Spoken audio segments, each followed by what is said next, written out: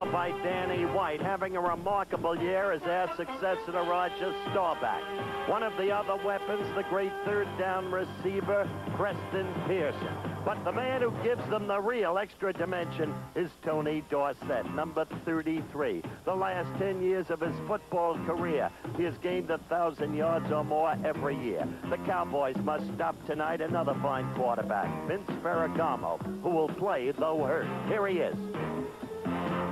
Well, my ribs are a little bit sore. I'm going to have to wear some external padding on it and just play the game. Just hopefully that they won't get hit. That external padding will be in the form of a fiberglass protection. Give him time, he can be remarkable. The best touchdown for pass record in the league. So tonight, a critical game. Top 4 teams in the playoffs. If the Rams can win tonight, they clinch a playoff berth.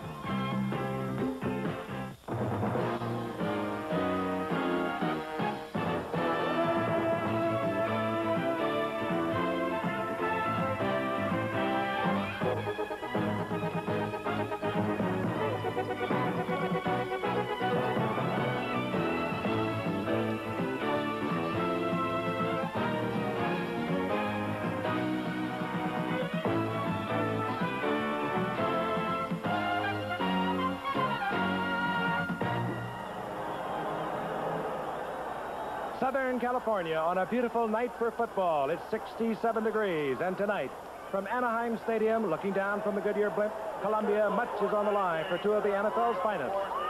ABC's NFL Monday Night Football. It's the Dallas Cowboys against the Los Angeles Rams. This ABC Sports exclusive is brought to you by Light Beer. Everything you always wanted at a beer and less. And by Datsun, where you'll find that in all the 1981 Datsuns, the greatest economy of all is quality. This place has been sold out for the past 2 months. These two teams don't like one another. They never have. They present about as good a matchup as you can have in the National Football League. It's like Houston against Pittsburgh. And we look for a dilly tonight. The Rams, as you know, must win tonight from their point of view. If they can, you know what it means. But they've got injuries. Here's the Giffer to tell you about them. You're absolutely right, Howard. We should have a beauty tonight. These teams have met 5 times in the last 7 years in the playoffs, but for the Rams tonight, you could call it the Blue Cross Bowl because they are really hurting. The question for Ray Malavasi, do you keep some of your players out and try to beat Dallas tonight, or rather Atlanta next week, or do you go all out tonight to beat Dallas because they got to win one of these games, or Detroit could slide in by beating Green Bay next Sunday? The Rams on their left side are really hurting. Jim Youngblood, a left linebacker, he's questionable. Pat Thomas is not even suited up. They find defensive left cornerback. Fred Dreyer is hurting, and you know that they have also lost Elvis Peacock. Their fine running back, Wendell Tyler's not available, and well, I'm glad I'm not Ray Malavasi. He's got a problem. You present a gloomy pregame picture for the Rams. On the other side of the coin, the newly bearded one, and a former Cowboy, ready to tell you about the likes of Dorsett and some of the others. Don Meredith. Thank you. I think that's one of the keys this year when we started. The Cowboys said, hey, we're going to rebuild. We've got 2 major areas of concern now that Staubach is not here. We're going to shore up that defense. So Tom Landry goes back to the defense. We're going to try to emphasize the running game. Well, Dorsett's record to me really is impressive. When you think you go all the way back into high school, and every year in the fall the guy runs for 1,000 yards, you're going to want him on your side. However, tonight I think maybe the key is triggers off of the unhealthy Rams, because these 2 offensive lines, Cowboys and the Rams, are as good as anybody around. So it may show up in the strength of Dallas's offensive line trying to work against a defense that maybe not as strong as ordinarily we would expect to see the Rams. But I'm excited about this game. I think it is a good game. We're getting close to it. So, Frank, it's your time. Let's go down there and see what's happening. And there is a question mark tonight. The man that has gone all the way thus far this season when Pat Hayden was hurt in the opening game against Detroit, Vince Ferragamo. And he has been tremendous in doing so, but he was bumped up against Buffalo a week ago, sore ribs, and he'll be wearing a protective pad there tonight. Danny White, what can you say about him? Howard mentioned him. He stepped in, took over from Roger Staubach, and he has been absolutely brilliant. And what I like about him the most is the fact that he has been so cool. And set to go, the Dallas Cowboys have won the toss, and as we look deep, we see James Jones, the rookie from Mississippi State. Frank Corral will set it up again, getting this game into perspective. As we look down, Los Angeles is 9-5 in the Western Division of the NFC. A loss tonight and a loss next week to Atlanta, and they are out of it should Detroit be able to beat Green Bay. A lot of complexities involved in the playoff system. We'll try and bring you up to date on most of them as they have developed over the past weekend. Right now, we're set to go. Frank Farrell will kick off, and he booms one that will be taken over on the right side by Steve Wilson, the second-year man from Howard. And Steve Wilson nailed there at the 20-yard line, out to the 22-yard line. And let's meet the offensive unit of the Dallas Cowboys. You had a quick look at Danny White, and he has been something. 23 touchdowns, 4 more this year, and he will tie Roger Staubach's Dallas Cowboy record for a single year. Tony Dorsett, Don has alluded to him. He has just been absolutely magnificent. He's holding on to the football. That was a problem in pass, and he has only fumbled this year 7 times out of over 250. The Cowboys, the leading scoring team in the National Football League with 405 points, move up to the line of scrimmage, their first play from scrimmage. Setbacks again, Newhouse, number 44, Tony Dorsett, 33, and here comes Tony Dorsett. Inside, Fred Dreyer. And Dorsett dances out of bounds up at the 34-yard line, where he is very close to a first down. Tony Dorsett will, I believe, pick up the first down as we look once again. It's not surprising that they go to this side of the line. You see Freddie Dyer's really upfield. He's got a bad calf muscle, not going to be able to cut very quick. That may be his, and it is his strongest point, is his quickness. And that's just good running on Dorsett's part on the outside. But they're going to check him out. Freddie, you going to play? And they've already taken Dreyer out, Frank, so he may not be ready. Freddie Dreyer at least made his 174th consecutive start tonight. He has a pulled calf muscle. He is out of the game already, and in there quickly, replacing him is Reggie Doss, number 71. On 1st and 10, this is Ron Springs. He'll alternate with Newhouse tonight, and he is met by the bulk of the defensive unit, headed by Jack Reynolds, who anchors the 4-3 defense for the Los Angeles Rams, and it is a good one. Freddie Dreyer, as I mentioned, has already gone out with the sore leg. Reggie Doss has moved in, number 71. Jim Youngblood is the other question mark, number 53. Jim Youngblood with a hyperextended elbow a week ago, and he did not know how long he could go tonight. And the question mark over on the left corner is Leroy Irvin, a rookie from Kansas, and you better believe that Coach Tom Landry, who calls the plays for the Cowboys, will be testing number 47, Leroy Irvin, the rookie from Kansas, very quickly tonight. Because out of the lineup is Pat Thomas, a former All-Pro defensive cornerback for the Rams. It's 2nd down and 8. Inside handoff, Tony Dorsett, and Tony Dorsett finds an opening and out over the 40 to the 42-yard line. Dorsett picking up a quick 7. Good change of plays that time after he got to the line of scrimmage. Saw an opening in the middle. I think maybe one of the offensive linemen, I'm not for sure, could have been Scott. May not have gotten that all, but he still picked up almost the first down. Ran into his own men.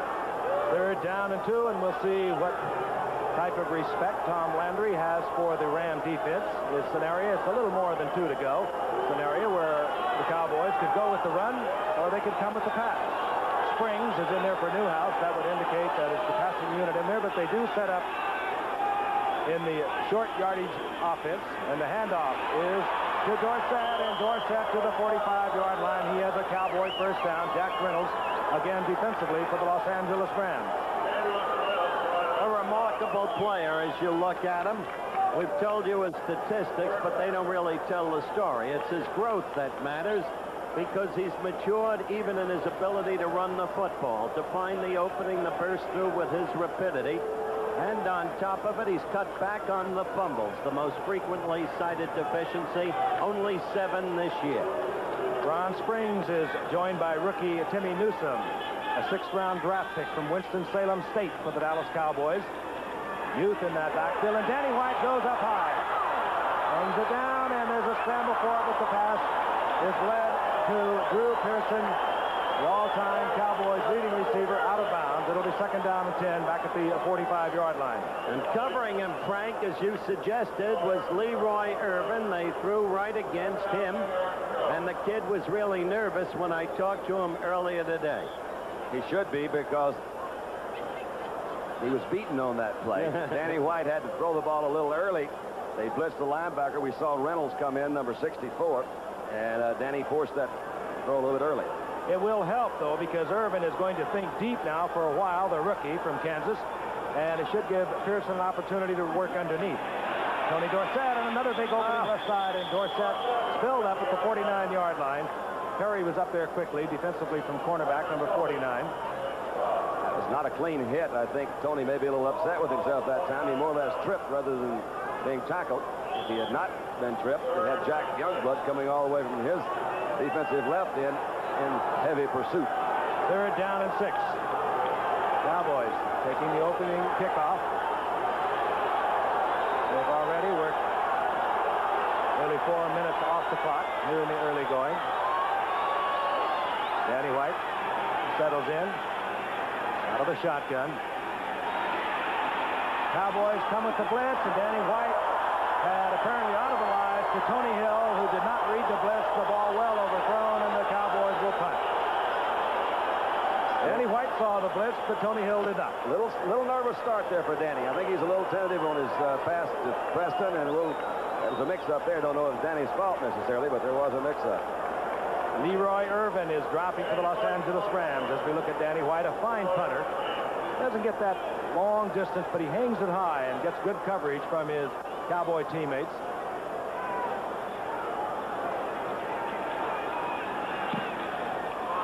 Danny hammers it, and Irvin looks it in at the 12-yard line, and that ball is loose.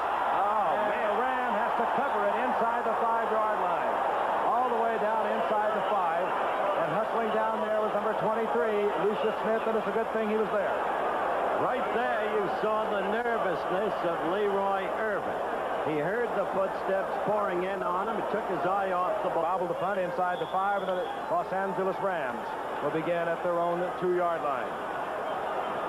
Vince Ferragamo, keep in mind, had to leave the Buffalo game a week ago with bruised ribs. He's back in there as a starter. Cullen Bryant, number 32, is in there with Gerald Thomas, number 33. Those are your setbacks. And the motion man is Victor Hicks, the tight end. Thomas, a rookie from San Jose State, and he may have squeezed a yard out of it. He is forced quickly by number 53 for the Dallas Cowboys. That's the middle linebacker, Bob Brunig. And let's take a look at the entire offense. They have been hurt throughout the entire year with the loss of running backs. We told you Elvis Peacock was lost a week ago. Knee surgery.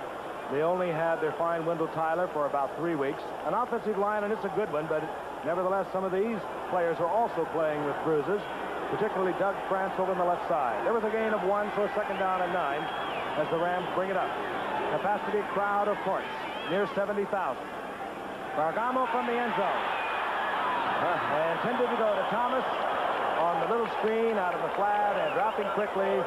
Heads up out there was number 58, Mike Hegman. That's really a scary look. You go back into your own end zone, you're going to throw a little quick screen. You look at the linebacker instead of your offensive lineman. Did you see Harvey Martin, Randy White there, that defensive line? A Ram is down and being administered to, and this could really hurt the Rams. If Rich Saul had to come out to center, that would mean Hara would have to move from right guard to center, and they would have to bring in a rookie, Irv Pankey, at right guard, and that is what I think are going to see happen for the Rams offensive line. So more injuries plaguing the Rams in a game that they absolutely have got to win. Yeah, I know they feel that way. Yeah, that's the senior citizen that you're seeing coming off there. He's the guy that really does literally and figuratively hold down that line. And Malavasi says, what else can happen? They can't cut it without Saul. He may be, at this stage of his performance life, and with Jack Langer now a veteran of so many years, the best center in the National Football League. Terrific quickness. The other one is Fitzgerald of Dallas, who's not in there tonight. Shaw playing for Dallas. It's not the best place to try out a brand new center, but they got that snap. 3rd down 9. Ferragamo has a man open, and he hits Preston Denard.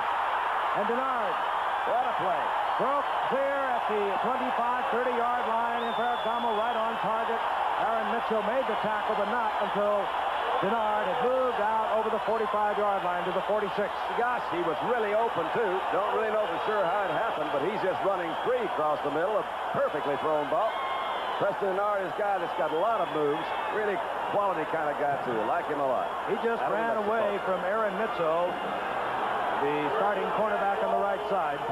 Well, Frank, wouldn't you think that there was some kind of a mix-up over there? I mean, you're not going to leave in their 3rd down and long situation. There was just man-to-man coverage. 1st down. Even if it was outside-inside with the free safety, gave him too much room. This is Thomas. Heading back, and Thomas breaks off a big one inside the 40-yard line of the Dallas Cowboys. Taken out of bounds by Aaron Mitchell, and the Rams have started from the 2. They're in Dallas Cowboy territory. All right, you're looking at an end zone replay, and you remember Jewel Thomas and the brilliant run he executed against Tampa Bay on a Thursday night game we did the first week of the season. Ordinarily a fullback, but you don't sit down Cullen Bryant. They've worked him all week at halfback because of the injuries already set forth by Frank. He's a tough, good runner. Dennis Harrer has moved to center, but Bill Bain has come in at right guard. He wears number 62 for the Rams. That's the adjustment with Saul out at center. First down and 10, the ball at the 39-yard line. Ferragamo back. Again, wide open. This is Billy Waddy this time, and Waddy stretches, tries to reach the 20, and is very close to it. He may have dropped that ball, Frank. He did not hold it. They say no. Called it incomplete. Billy Waddy with the great speed. He was the man who beat the Cowboys in the playoffs last year with a 50-yard score from this man, Ferragamo. Seems like a broken record, but it does start. He had good time to throw. Benny Barnes, number 31, is the fellow we see in there. Benny has been in and out this year because of injuries, but once again, receiver was wide open. And one that should have been caught. Denard goes left. Waddy is to the right. The tight end is Victor Hicks, first-year man out of Oklahoma. The big one, Cullen Bryant. Tries over the left side, runs into Randy White. Bob Bruning is also there. Gain of a yard, maybe. It'll be third down and 9, and out comes the offensive changes for the Rams. In comes the defensive changes for the Cowboys, and they make wholesale changes. Dexter Clinkscale, a rookie from South Carolina State, comes in for the Cowboys. They bring in Anthony Dickerson. As we look at the third winningest coach in the history of professional football, Tom Landry. And in my book, having his greatest coaching year. Talk more about that later. Third and 9. Ferragamo with a lot of time. Waddy is wide open. I say it, boy, that's it. They have got him running open back in that secondary. Waddy broke it off. Just as Denard did a few moments ago, he was wide open. That's Steve Wilson covering. Again, it appears to me they're getting him in fairly close to man-to-man coverage there without blitzing linebackers. Just wide open, but once again, Vince has got plenty of time to throw. You know, it looked like Wilson was anticipating help from the inside. He just didn't get it. I think you'll see a free safety coming up from the top in there, which is Randy Hughes, actually, who has been out almost all year. He's come back. Could have been a missed assignment there. First down and 10, ball at the 13-yard on the Cowboys. No score, 8:25 remaining in the first quarter. Gerald Thomas, left side, and Thomas stays on his feet, struggles to the 7. Oh, that's a good move. Inside Harvey Martin. Brunig made the stop. You know, the Rams front office, Klosterman and the rest, the Rams coaches, long talks with them during the past 2 days. They are convinced in their analysis of the Cowboys through all the years, there's the Italian stallion, a phrase notarized by Rizzuto in New York, that the Cowboys do not have adequate cornerbacks and have not had through the years. They've had great safety, and that's what they're trying to take advantage of. Third down and about 4, or rather second and 4. As Gerald Thomas tries that same spot again. It's beyond the line of scrimmage, but maybe a gain of about a yard. So we're going to call this third down and 3. Don, you give Ferragamo time, he can kill you. Mechanically, he has every skill. If he has a problem in achieving greatness in the years to come, and he's far from it now, it is attitudinal. Well, I don't know if personally, Howard. I do know that he does have the equipment. I think that's pretty obvious. I think it's in that area of experience that he needs some work. Third down and 3. Out of the short yardage, Gerald Thomas tries it right up the middle. This will, again, be dependent upon where the progress is marked. I believe it'll be short of the first down, and it will be decision time for Coach Ray Malvese. Do we go for the field goal, take the 3 while we're down here, or do we try and take it in? Malvese says go for it. Very interesting. I don't know about the choice of this call. They started their drive, the Rams did, at their own 2-yard line. Fourth down and a yard, and it's a full yard. I would guess if they're going to run, they're going to go back to the left. It doesn't do any good to guess. But why did I do that? That'll be working over against the Cowboys. Harvey Martin and Randy White. That's where they've been running with success. Ed Tucal Jones is the other way. Easily done. Into the end zone. Cullen Bryant and the Rams are on the scoreboard. Fourth down, 1. Gutsy call. Ray Malvese. It pays off.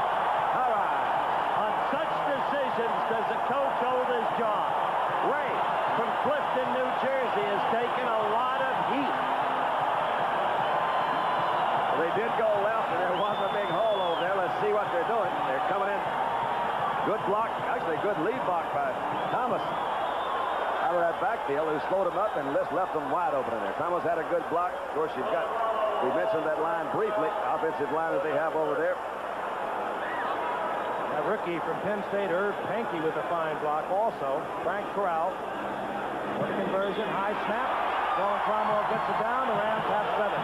6:29 remaining in the first quarter. The Rams 98 yards for the first points on the scoreboard. We'll be returning to a On Friday night, you will see how they really feel about one another. And you can check out Roberto Duran's diet. Frank Corral to kick off. James Jones is deep. This will be Jones, the rookie from Mississippi State. From the end zone. Jones is whacked as he moves out over the 15 by Greg Westbrook. And the Cowboys will start well inside their own 20-yard line. The Rams look like an inspired football team tonight. And sometimes when you have a lot of injured players, a lot of adversity, and certainly this team has had adversity throughout the entire year from the time the several players reported very late. This man threatened to leave, Vince Ferragamo. They have fought adversity all year long. But when you get a lot of injuries, sometimes every player will reach down and they'll give it just a little bit of an extra effort. And that's what it appears the Rams are doing tonight.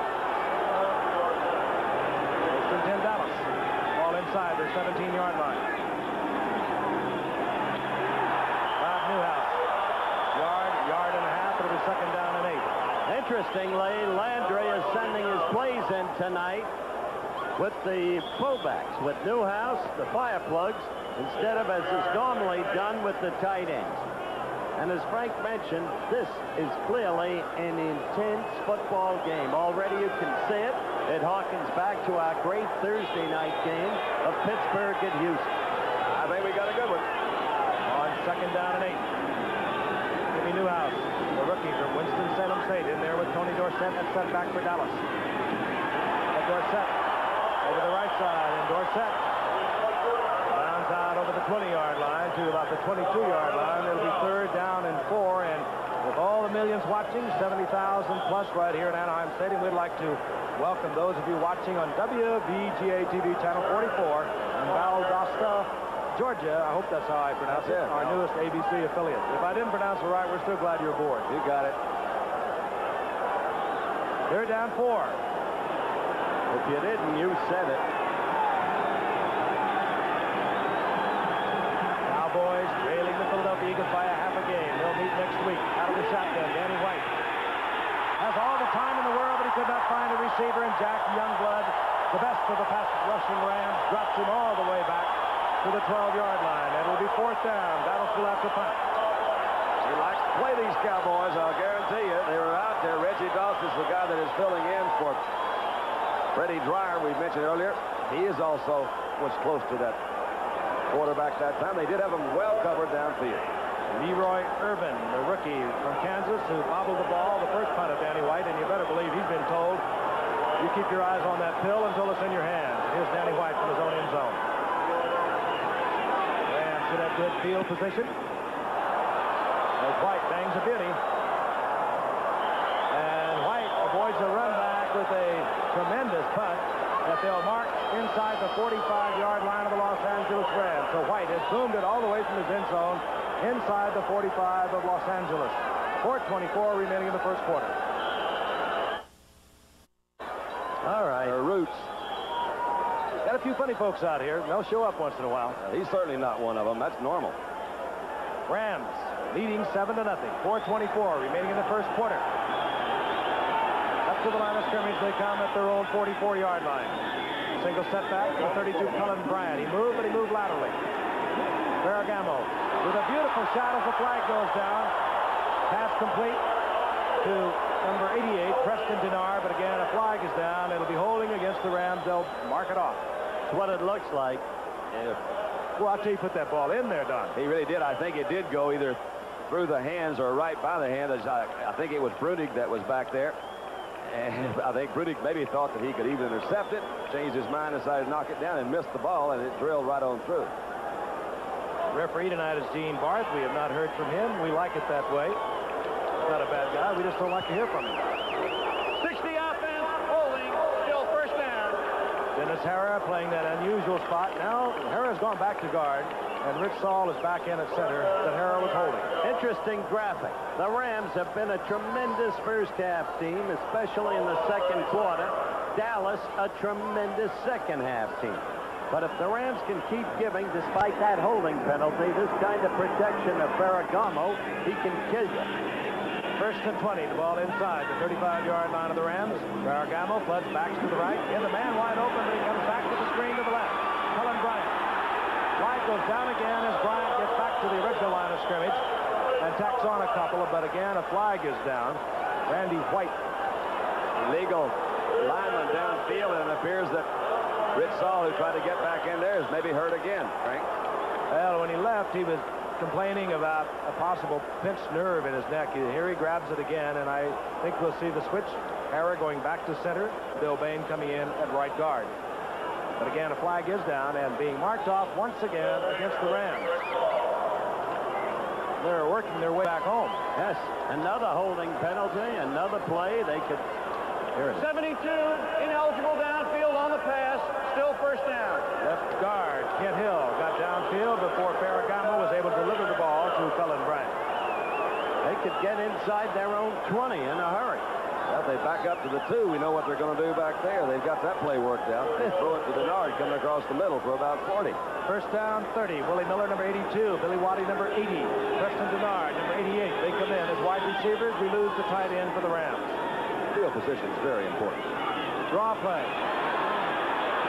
Gerald Thomas tries to get outside. He is collected there by Steve Wilson at the line of scrimmage. And recently activated, one of the great ones, Lydell Mitchell, in his 8-year career. He really put together some numbers.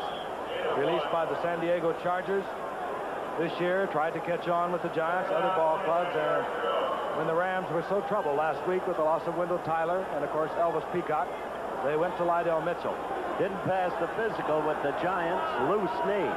But one of the great ones coming out of the backfield to pick up the pass and snake yardage. Second down, 29. Ferragamo in trouble, and he hangs one up. And Billy Waddy did not call for the fair catch, but I'm sure he felt like it out of the 33-yard line because he knew he was going to get whacked, and he did. You know something, Kev? Sometimes it makes you wonder as you look at Waddy's statistics. Go ahead, Don. Well, I can talk over you. Go ahead. Well, as we watch this luck play again, yes. an ill-advisedly thrown pass, they go through summer training. They go through the exhibition games. They go through the long season. They're computerized, and then you win games the way Minnesota did yesterday and complete a pass like that. Third and 22 for the Rams, 33. Waddy in the gap between the zone. He has the ball. Now, Waddy. that Tremendous catch and a great shot by Ferragamo right between the zone. Now, Ferragamo got up off the ground. We've talked about his bad rib. But the play before this, Ed Jones really pasted him pretty well.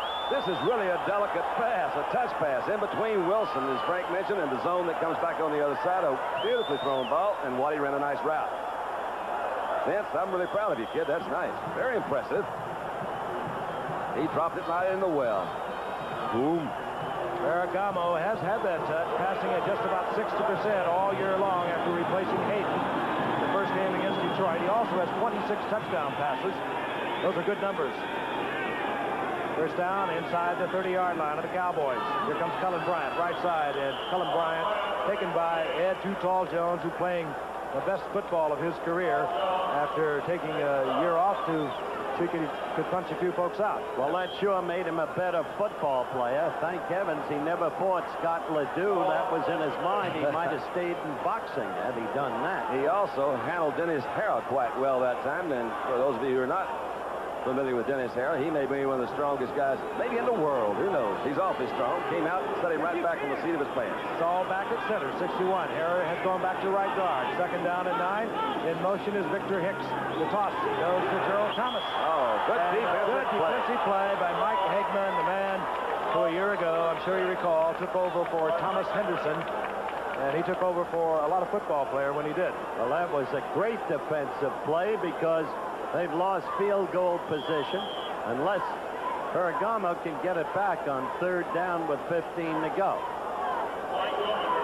Oh, Mark mark just inside the 36-yard line. We're inside 1 minute remaining in the first quarter. The Rams on top, 7-0 as they went 98 yards on 11 plays. Ferragamo has the 3 wide receivers in, and he puts Willie Miller, number 82, to the right. Up at the top of your screen, you see Denard and Billy Waddy.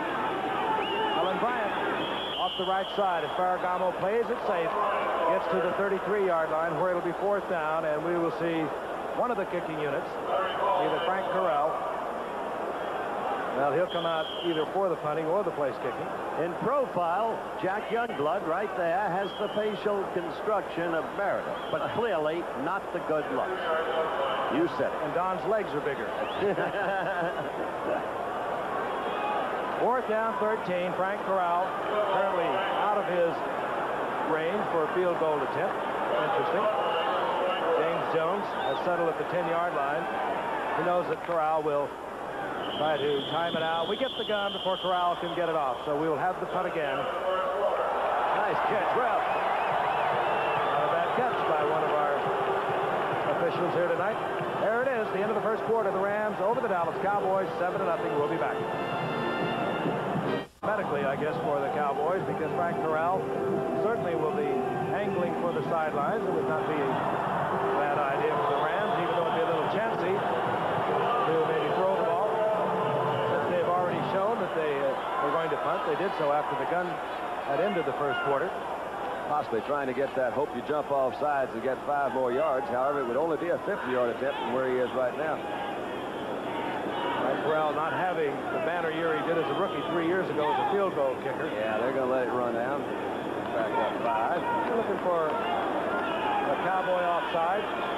And they might try the field goal. They don't get it, so Corral hangs it up. And this is going to get into the end zone, and they are going to net 13 yards off that punt. Strange series by the Rams. Ferragamo had the hot hand on a 3rd down and long. He decided to run Cullen Bryant right side. Very much that over most of these ABC stations. ABC's award-winning Wide World of Sports. Just made a critical point, Frank. Strange series of downs. 3rd down, long yardage. Ferragamo consistently hitting his wide-open receivers. Runs Cullen Bryant. And then they punt. And Corral might have kicked that. This is Timmy Newsom. And Newsom tries to bring it back inside. Gets a couple of yards. A little 2nd down and 8. Let's take a look at the stats. And you won't be amazed by the time of possession. It's almost double on the part of the Rams. They used 5 minutes on that 98-yard drive and -10 passing for Danny White. And that leads us to the obvious. The Rams lead 7-0. Again, the Cowboys a half game behind the Philadelphia Eagles in the NFC Eastern Division. And they will meet next Sunday in Dallas. The Rams out of it as far as the division is concerned for the first time in 8 years, but they can get in on a wild card if they can win 1 or 2. Good defensive play there. Newsom nailed at the 35. A gain of a couple. It'll be 3rd and 5. Zach Reynolds is the middle linebacker there. And they really tried to had a pretty good block on him. He came back off, nailed him in the middle. That might be the whole key. We were talking about at the top of the show that if the offensive line of Dallas or the Rams can be outstanding tonight, then that team would certainly have the advantage. And so far, it certainly has been that Ram offensive line that's contained Dallas's defense.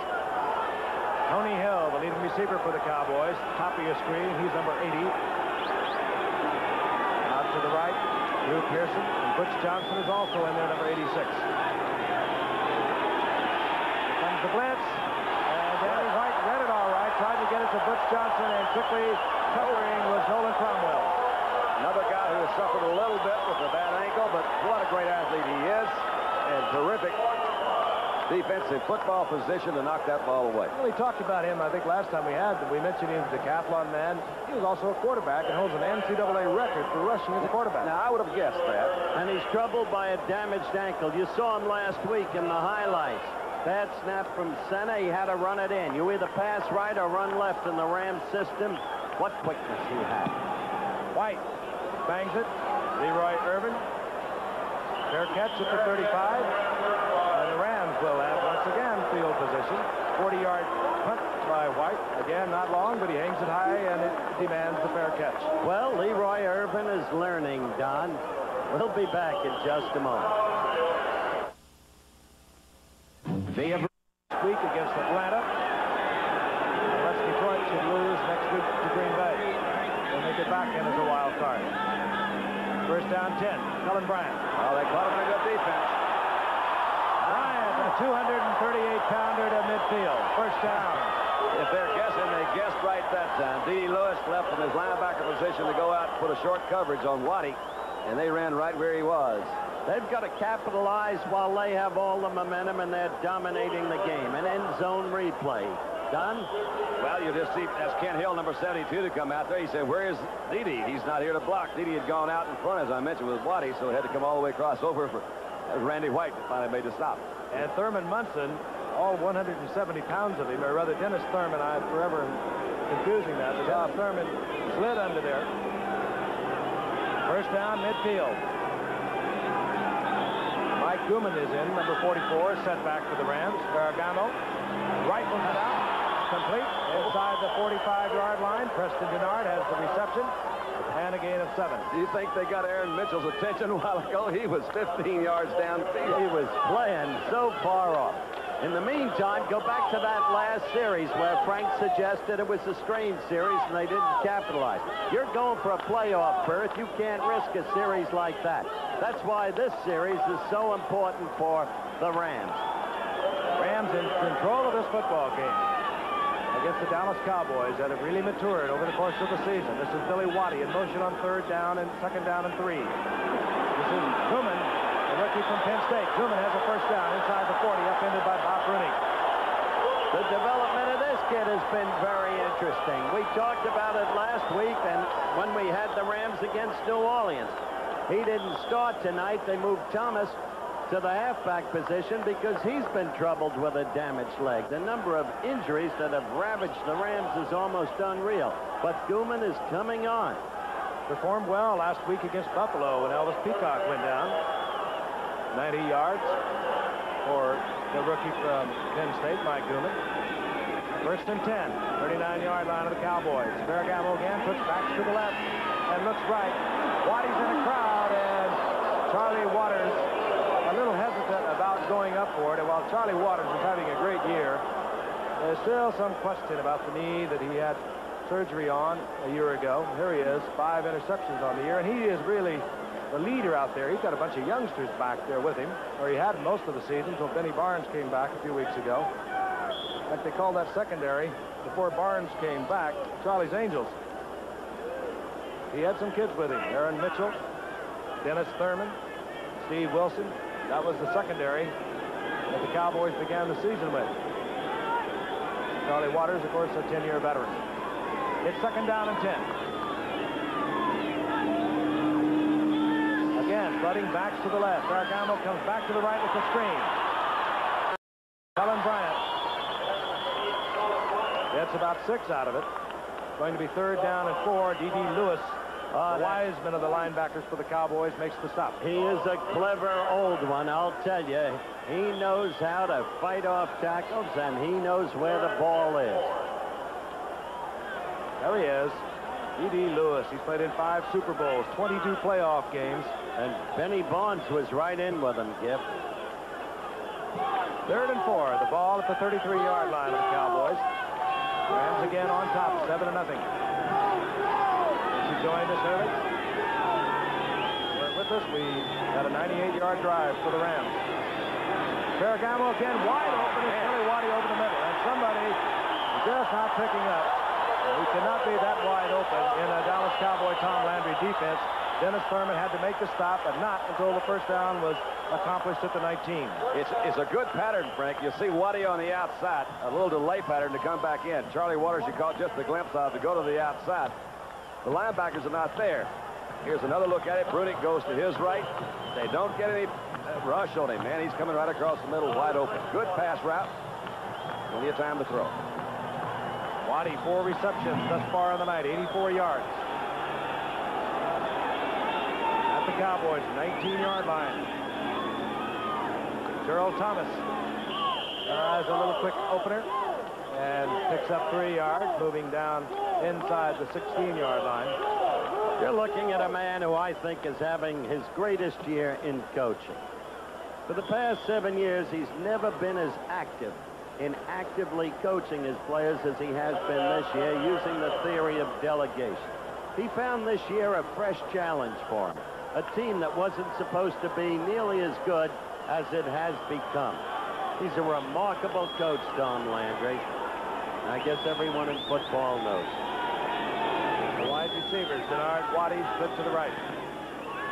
Again, Ferragamo works his back to the right, comes back, and he had wide open Terry Nelson, who was just activated last week, but he was really open as he slid along the line of scrimmage. Dents would certainly be the first one to admit that one was maybe one of his poorest throws tonight. He did have him open, and contrary to the kind of a touch pass we saw him throw earlier down the sideline, that one he tried to drill. Nelson couldn't get to it. 3rd down, 7. Both teams adjust. Dallas anticipating the pass. Mike Newman, the rookie setback, comes in for the Rams, number 44, and we have the 3 wide receiver offense. Billy Waddy, 80, Willie Miller, 82, Preston Denard, 88. Ferragamo. Pass to go over the middle to Gooman, incomplete. It's 4th down, and we should see Frank Corral now. Frank Corral has had his problems this year. We mentioned that. He has missed his last 3 from distances of 39, 43, and 49. Frank, I think he's got a slightly damaged leg, which may have been why they didn't go for the long field goal in the prior series. On the other hand, Saul isn't in there to snap, which may have been a reason, too. 33-yard attempt for Frank Corral. Dennis Harrop, the snapper. Nolan Cromwell is the holder. High snap. Cromwell gets it down, but Corral pulls it to the left, and the Cowboys get out again. They dodged a couple silver bullets, is right. Frank Corral. And you can see the disgust in his own face. We'll be back in a moment. They'll have to beat Atlanta by 26 points. How about Philadelphia? Philadelphia by 26 points. It's confusing, The right? 5th tiebreaker will come into play. We'll explain a little more about that later. But they would like to do it tonight. They would pull into a tie with Philadelphia with a win tonight. On 1st and 10, Danny White whips it out to Ron Springs, and Springs steps out of bounds at the 27-yard line. He picks up 7. It'll be 2nd down and 3. The Rams moved up and down the field, but they were only able to hang up 7 points, and they may look back at that later in the game. That's the key point, right there. Lone opportunities inevitably catch up with you, especially when you're playing this Dallas organization. So good from top to bottom. Tex Schramm, Gil Brandt, Tom Lane. That's Tom on bottom. No. Oh, I was just checking. 2nd down, 3. Tony Dorsett. He got away from one Ram, Reggie Goss, but he was picked off by Johnny Johnson, the rookie #1 draft pick from the University of Texas. And telling you about the games that are coming up next week. Well, we have a beauty down in San Diego. That AFC is something. There's 7 teams eligible now for the playoffs. Nothing has been decided, not even a wild card. Pittsburgh Steelers are still alive, and of course the San Diego Chargers, no matter what, they're going to have to defeat Oakland next Monday night to win the Western Division of the AFC. Now, wait. Pittsburgh. I'll tell you, I've been reading too many names. That's right. Wait a minute. Here we go. Danny San White. Diego must beat Pittsburgh. 3rd down and 6. White. Right there. Preston Pearson, and Pearson, his 19th reception of the season, and his 9th first down that he's picked up for the Cowboys over the year.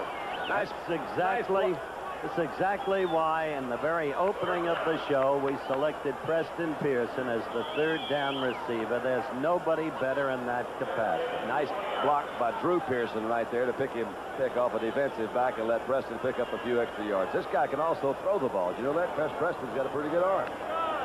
Option pass play. There you go. Very effective. Maybe in the old 2-minute drill. Who knows? Like Gifford and Horney. 1st down, 10, Dallas. Ball at their 43-yard line. Danny White climbs it out, and it's picked off. How about picked off by Rod Perry. Rod Perry stepped right in front of the intended receiver, zipped down the sideline, and the Rams get another major break. They'll have the ball at the Cowboys' 34-yard line. Rod Perry's 5th interception of the year.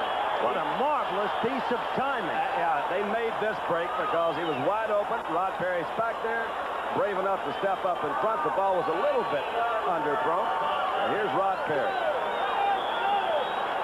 And Drew Pearson, the fellow we mentioned a while ago, terrific receiver, runs good route. You saw he had to turn a little bit. The ball was behind him, and Rod Perry was right there. Pushed out of bounds.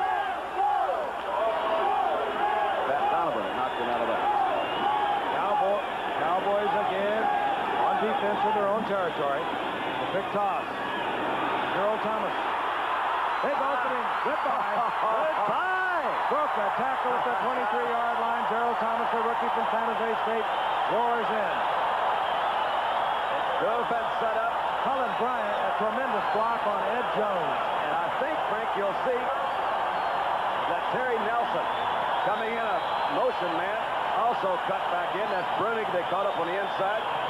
D.D. Lewis right there. You're seeing this young man run for his first touchdown of the year. That was tough. Dennis Thurman also missed him. Earl Thomas. I'll tell you, Cullen Bryant ought to get overtime for this year. He's been the only healthy back to that all year long. Steady, dependable. He can block, he can run. He's a good receiver, and he's, more importantly, always there. Frank Corral for the conversion. To make it 14-0 the Rams with 7:23 remaining in the first half. And the Rams, for the first time in 8 years, will not win the Western Division of the NFC, but they want to get into the playoffs as a wild card. With the injured backs. And, of course, the first professional touchdown for Gerald Thomas, the rookie. Frank Corral to kick off. There's James Jones, another rookie for the Dallas Cowboys, averaging a little over 22 yards per return. Corral hangs it high, off to the right, and Steve Wilson will bring it upfield. And Wilson, upended, falls forward to the 19-yard line, hustling down there. Walt Arnold, a rookie from New Mexico for the Los Angeles Rams. Our booth is so high up, there appear to be midgets playing down there. But whether they are midgets or not, and certainly they're not, this Rams team is as fired up as any team I have seen this year. Indication might be that Dallas has received kickoffs 3 times, and they haven't made it back to the 20-yard line yet. So they're telling you they're getting fired up. They're getting down the field. Good special team play. Dallas first and 10 at the 20-yard line. 7:14 remaining in the half. Drew Pearson put to the right for the play called by Tom Landry. Robert Newhouse and the little bowling ball type gets out to the 23-yard line for 2-3 yards. We'll call a second down and 7. There are the two men, Earl Thomas and Cullen Bryant. Bryant, he hit that guy a ton in Thomas's run. Ed Jones is a big man. He ought to get an assist on that. Mark it at the 23-yard line. Cullen Bryant is big. He's way over 235. He does a lot of weight work. And yet he broke 10 seconds for the 100 when he was at the University of Colorado. Second and 7. Tony Dorsett.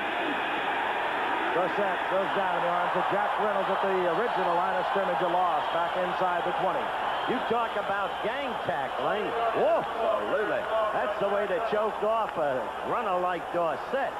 Well, they strung it out. I guess you'd give a lot of credit to Jack Youngblood to keep that play from getting on the outside of him. And you see Reynolds coming off. He was the guy that came back in and turned it in. Reynolds comes out. The pass defensive unit for the Rams comes in. Preston Pearson comes in for the Cowboys. He works well out of the Cowboys backfield, as we've seen over the years. 14-year veteran that was actually waived earlier in the season. Nobody claimed him. Said he wouldn't play for anyone else. And there he is, number 26, back in the Cowboy lineup. Flag is down. Time may have expired. Well, that's a good indication, too. Things are not clicking. You know, it's funny. Talking to Danny Reeves before this game, I said, Danny, well, you guys going to blow them out. He said, man, you never know. He says, we're like a Cracker Jack box. He says, you never know what you're going to get till you open that thing up. He said, silly things like we're wearing blue jerseys tonight. They lost the last time they wore blue jerseys to Frank's team, the New York Giants. The Cowboys have never liked to wear blue. You think that's just basic superstition? I find this vastly irrelevant. Still third down. Well, he was just marking it off, you know. He was stepping off a penalty. That's good. 50 yards. And that team on top is the top scoring team through 14 games in the entire NFL. Danny White now into the shotgun. Third and 15. Here comes a three-man. White reads the blitz and tries to get out to Butch Johnson, but the blitz came too fast from the outside, and White just had to dump it off. And White will stay in because he's in there to do the punting on fourth down. Yeah, you can certainly see Tom's reaction to that. You know what he's thinking? No. Why does this have to happen now? I've still got another week to go and the Eagles to play. Ernie Stott. Tom had a quick word with Ernie Stoutner, the Hall of Famer, the old Pittsburgh Steeler who directs the Cowboys defensive unit.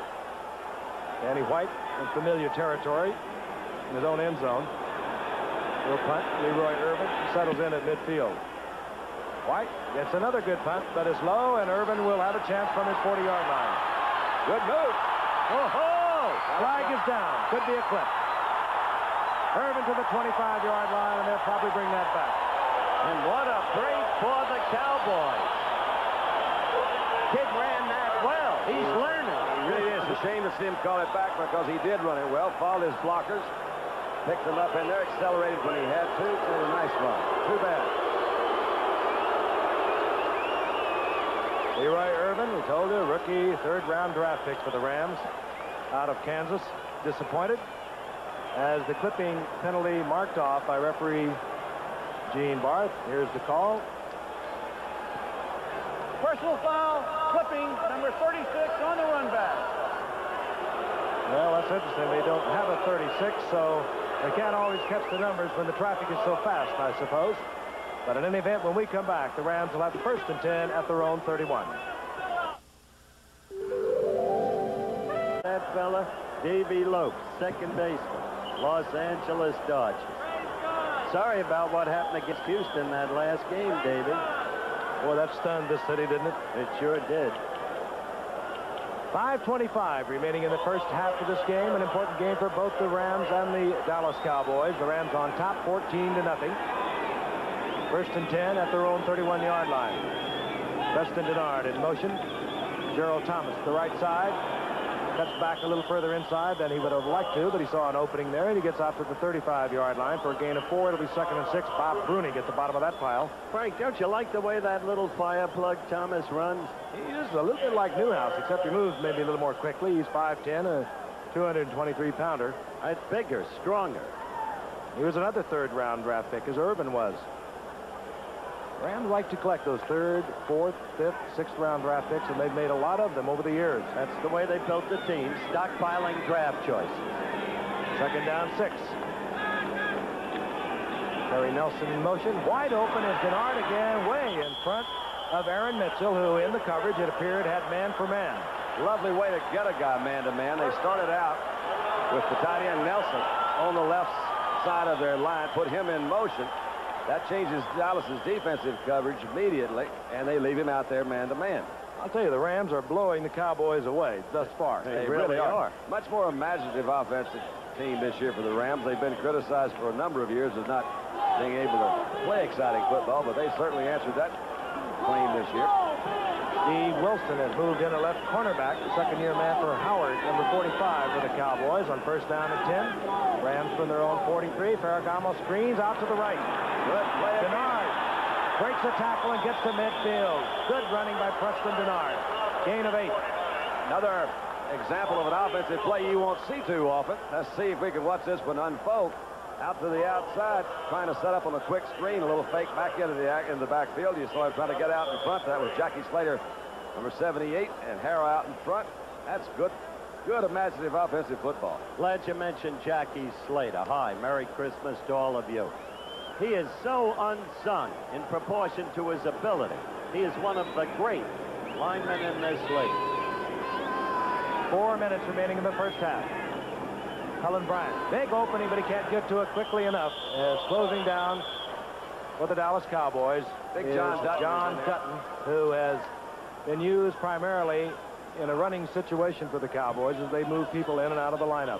You never know for sure, Frank. They keep saying they're really pleased with that trade, and Dutton's learning. He's moving in from the end to the tackle, and yet he's not been able to totally get Larry Cole out of that lineup. So it makes you wonder how pleased they really are with. They gave up an awful lot to get Dutton. They did. A first and a second round draft pick. The trading deadline of a year ago. First and second round picks. First went to the Colts. Third down, 1. You should see the big man.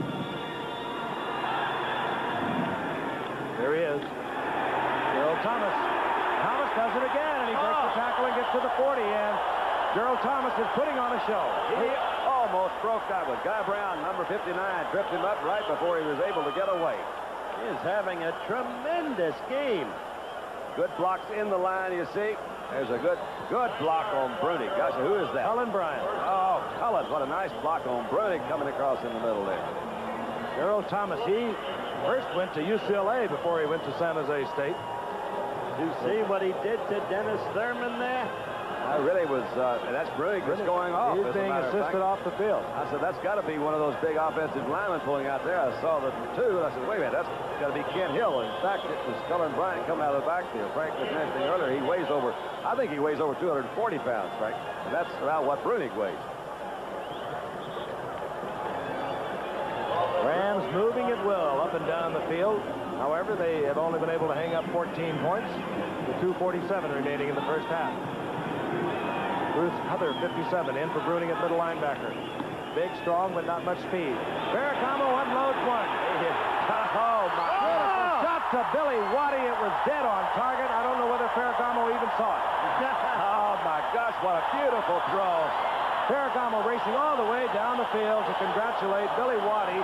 And it was Billy Waddy in the playoffs a year ago with a little more than 2 minutes remaining that caught a 50-yard touchdown pass from Ferragamo to knock the Cowboys out of the playoffs. You're looking at a team that has come together tonight. You give Ferragamo time, as we've told you, he will kill you. And Steve Wilson was just taken apart back there. He's had a full hamstring. the cornerback weakness we spoke of. He won't see a ball thrown any better than this one. He never broke stride, dropped it right in his pocket, says there's 6. Waddy has that great speed, and it's hard for even Ferragamo to overthrow him. If he takes the normal pass drop, that time Waddy just sprinted right under it. Frank Corral for the conversion. Rams have hung up 21 unanswered points, and 2:34 remains in the first half. You got it, Billy. Who could blame them? Cargo today. From almost midfield by Ferragamo. And again, the Rams with a win tonight will clinch a wild card spot in the National Football Conference. There's James Jones. Settles in near the goal line. Frank Corral hits it high. And there it is. Gathering ice, and it drops into the arms of James Jones with the 2.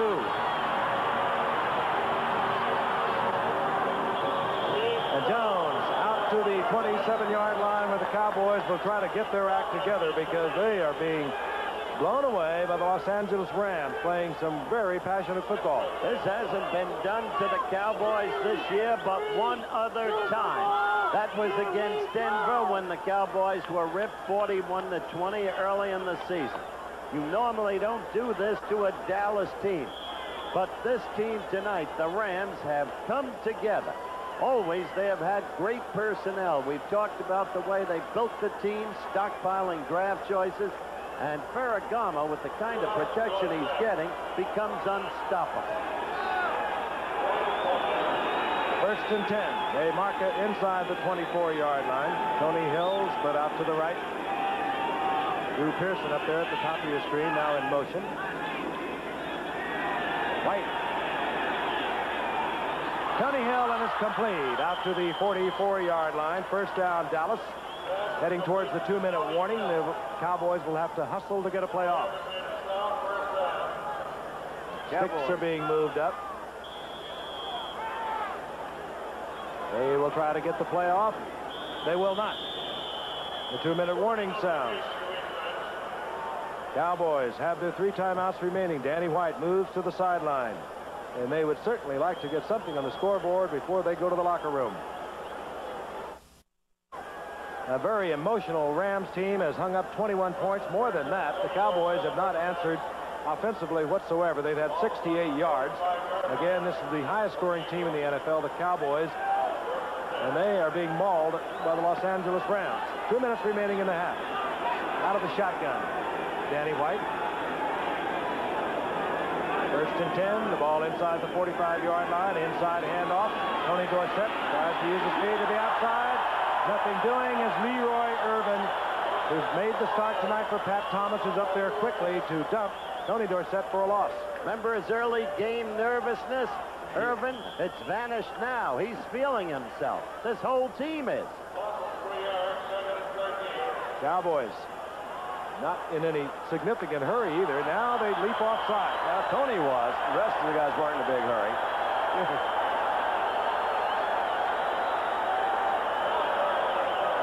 Ball in motion against the Cowboys, and let's see what the Rams want to take it. They probably do. If they don't shape up, let me not hear a lot of harsh words. Ball start, 33 offense, still second down. They'll get some icy stairs. They're going to get some really cold stares this next week. Woo! Oh, give you some idea of the way the Rams defense is playing. The last 3 times Dorsett has carried the ball. 3-yard losses on every play. Consistency, that's what they strive for. Wise guy. Well, that's what Tom always said. Be consistent. Second and 18. Ball at the 37-yard line of the Cowboys. Out of the shotgun. Pressure on Danny White. Throws another interception. Nolan Cromwell's 8th of the season. And the Rams are back knocking at the door again at the 34-yard line. We have 1:22 remaining in the first half. The Rams have their 3 timeouts. This is the finest performance I have seen by any team in the National Football League this year. End zone replay, Don. Well, if we carry this all the way through, you're going to see the frustration of the quarterback who's just thrown his 23rd, is that right? 23rd interception. Well, he almost spikes Cromwell when he's down. It's one of those illegal penalties. Cromwell would seem to be just looking for one. Then he says, I'm so sick and tired of you getting in the way where I'm trying to throw the ball. Not very smooth tonight, guys. Nolan Cromwell, if he is not the best free safety around, he is approaching it. Rams need to move closer for Frank Corral to put up another 3, but they have the big gun of Vince Ferragamo. We have already seen it. He's not afraid to use it either. Under pressure, steps into the pocket. There he got it. Sprinting. Oh! Is Preston Denard. How about this? Oh!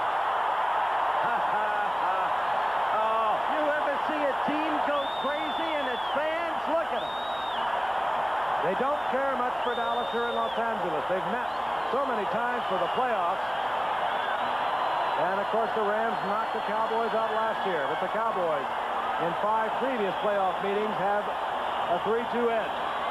So pretty. Once again, he's coming back across the middle.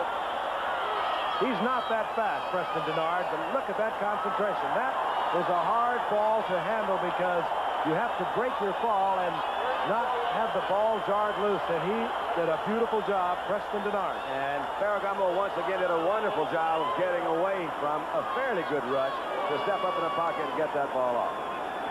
Frank Corral. And Dallas must be stunned.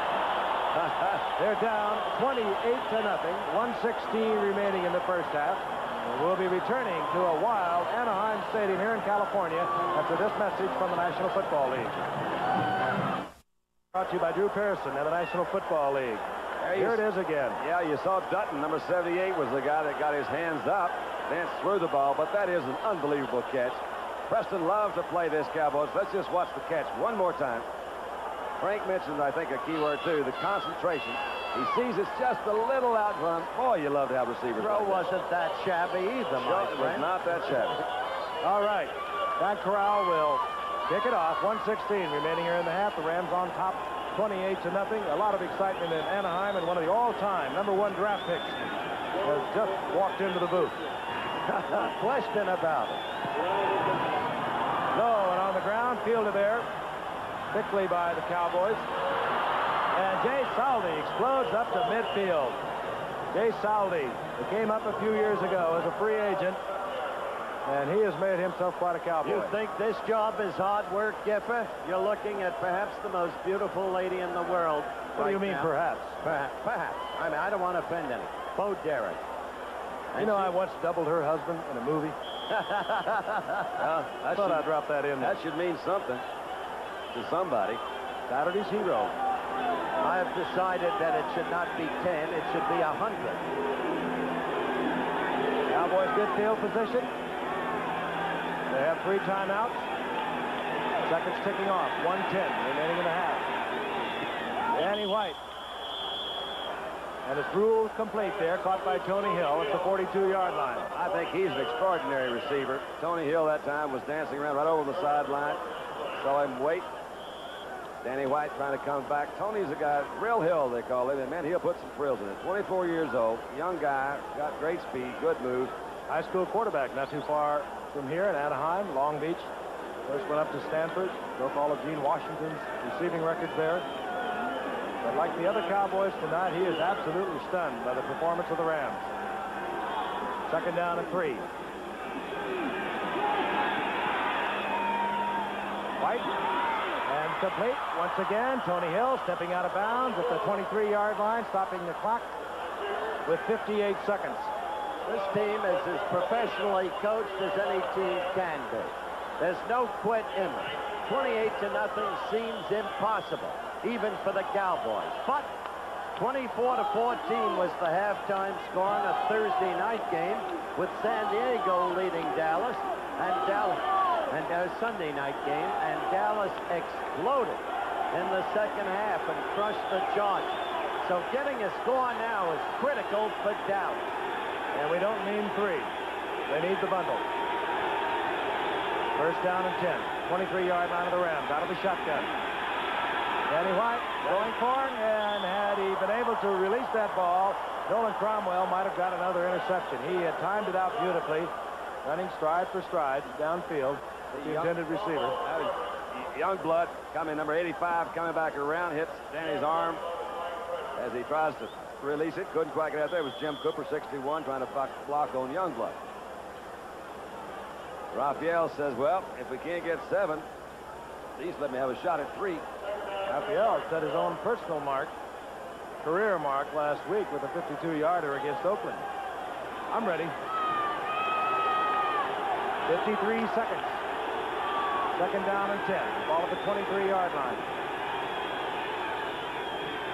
Shotgun once again. Danny White, wide open. Butch Johnson steps out of bounds inside the 15-yard line as the flag goes down. Maybe calling an offensive push-off that time. You got it. And it rains, it pours. Floods the area. You once doubled for John Derek? Saturday's hero. Yeah, we had a lot of SC football players in there. Aldo Ray, that was his first. They went around, discovered people like that. Bo wasn't even around. Oh, well, she is now. 86, offensive pass interference, still second down. Second down and 20. Ball at the 33-yard line. Matter of fact, I ran into one of my former teammates who was also in that movie. Not that we want to dwell on that movie. Wilbur Robertson. Yeah. Old quarterback.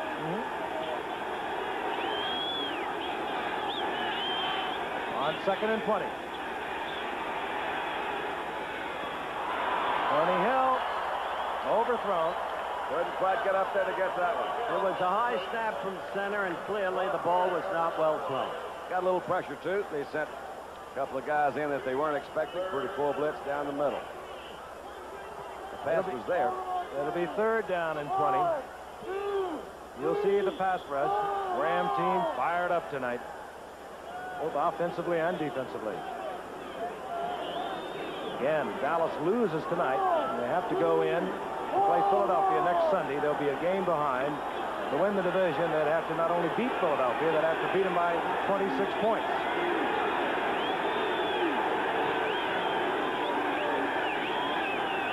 Third down 20. Danny White steps inside the pocket. Fires high and incomplete down at the 15-yard line. It'll be 4th down. They can't cut it. Not yet against this team. The Rams maintain their record of being devastating in the second quarter. 21 points they have run up. 38 seconds remaining in the half. Landry does not want the 3. Raphael Septien stays on the bench. Out comes an extra wide receiver. Butch Johnson, Drew Pearson, and Tony Hill will all be in there. We don't need you now, Raphael. We're down 28-0. Butch Johnson is the great playmaker.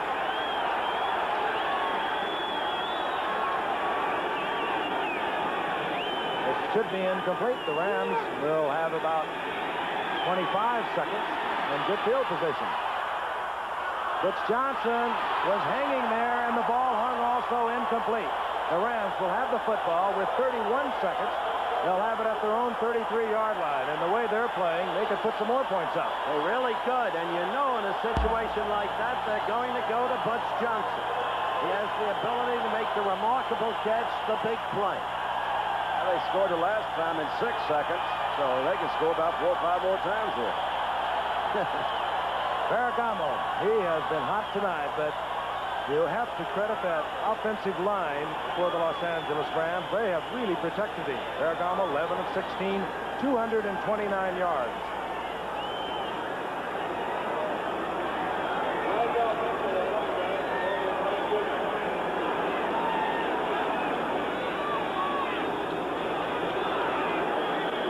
Out to the 40-yard line. That's Gooman, a rookie from Penn State. So the Rams apparently content with their 28 points. I'm a little surprised at that. No, I'm not at all. They might get greedy, I thought. No, they're too smart to do that. They're adding insult to injury as it is. They don't want to embarrass somebody. They've been embarrassed this first half. And the Rams will let the seconds tick off. And they lead the field to a tremendous ovation. And they lead with a 28-0 lead over the Dallas Cowboys. Stick around for some interesting halftime activities.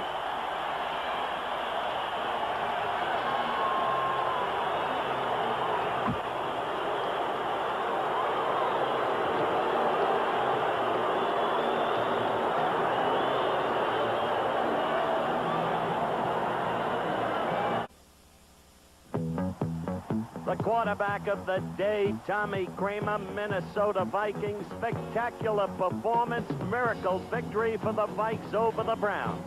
Here's the way Kramer operated throughout the afternoon. You see the stats. 456 yards, 4 touchdowns. Incredible performance. And this was illustrative of it. A long gainer to number 85, Sammy White.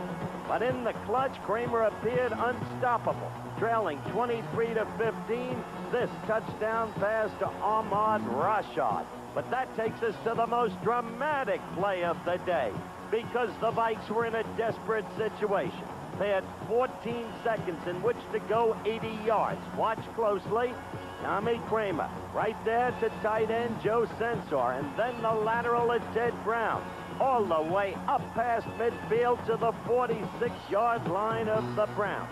5 seconds left in the game. Now watch Kramer. A desperation pass, about as far as he could throw it.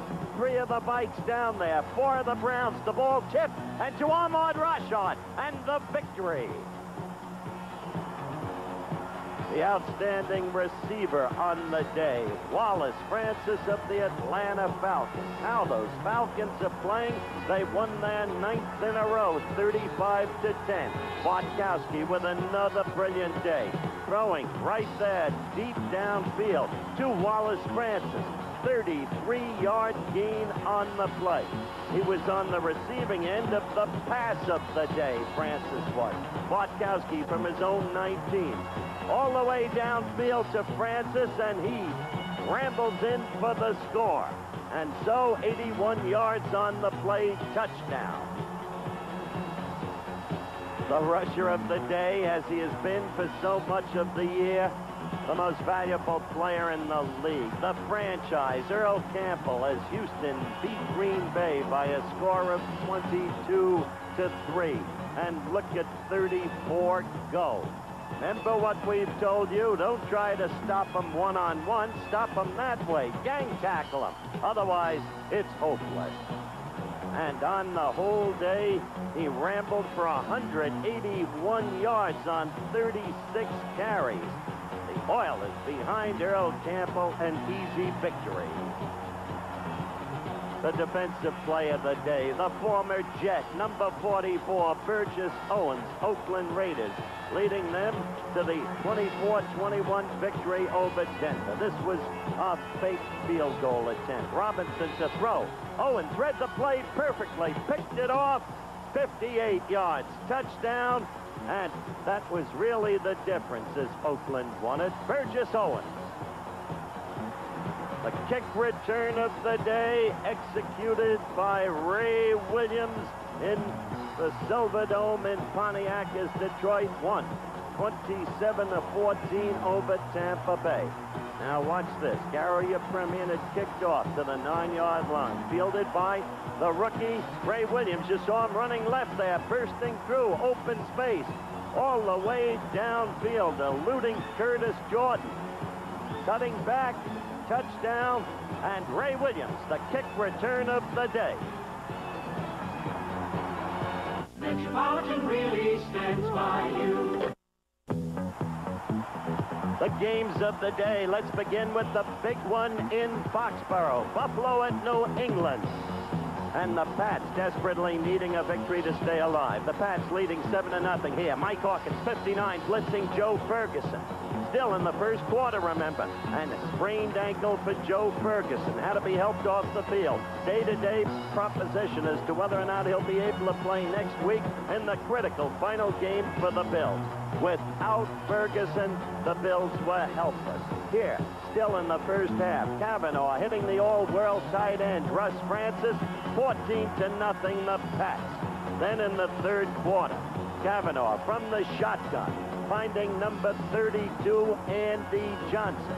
He bursts in for the score. The Pats went on to win it easily, 24-2. At Three Rivers Stadium, Pittsburgh also struggling to keep its playoff hopes alive against the Kansas City Chiefs. First quarter action, score 0-0. Bradshaw to 85, Calvin Sweeney. Hit from behind, fumble, and watch. Number 88, the practically perfect wide receiver, Lynn Swann, picks it off. That set the stage for this play. Bradshaw, injuries and all, did not have a bad day. When he has to throw in the clutch, especially with Stallworth out, he throws to Lynn Swann. Touchdown. The Steelers led 7-0. But in the fourth quarter, the Chiefs had come back. Were leading 16-14. Bradshaw with the handoff to number 20, Rocky Blyer. This will be Rocky's last year, and that's the way he wants to go out. A winning player as he's been all of his life.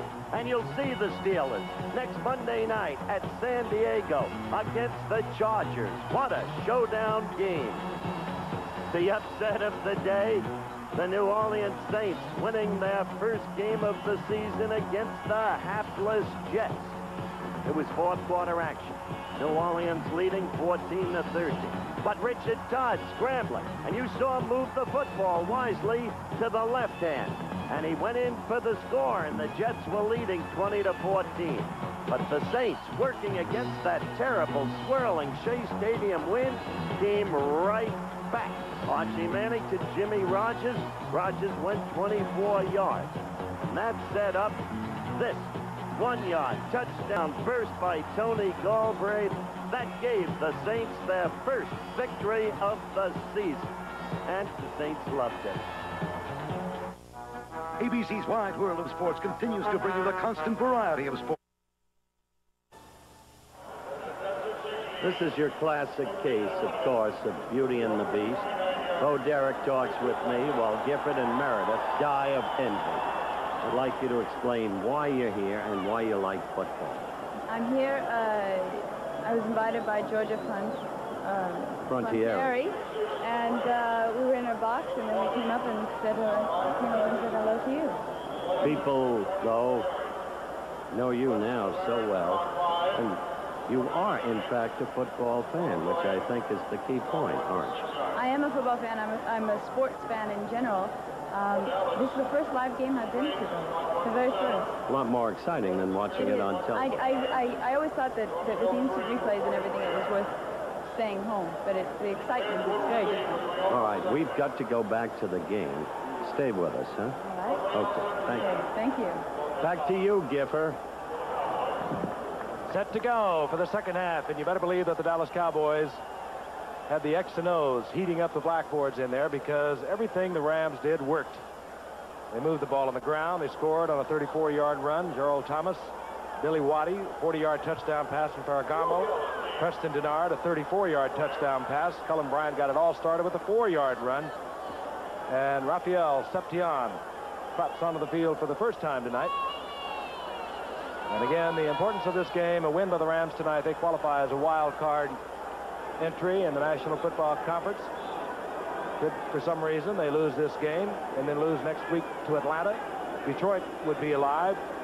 Were they able to beat Green Bay? For the Dallas Cowboys, a loss tonight. They go in a game behind Philadelphia next Sunday in Dallas. And in a game where the 5th tiebreaker would be in effect for the Dallas Cowboys, they'd have to win by 26 to win the Eastern Division of the NFC.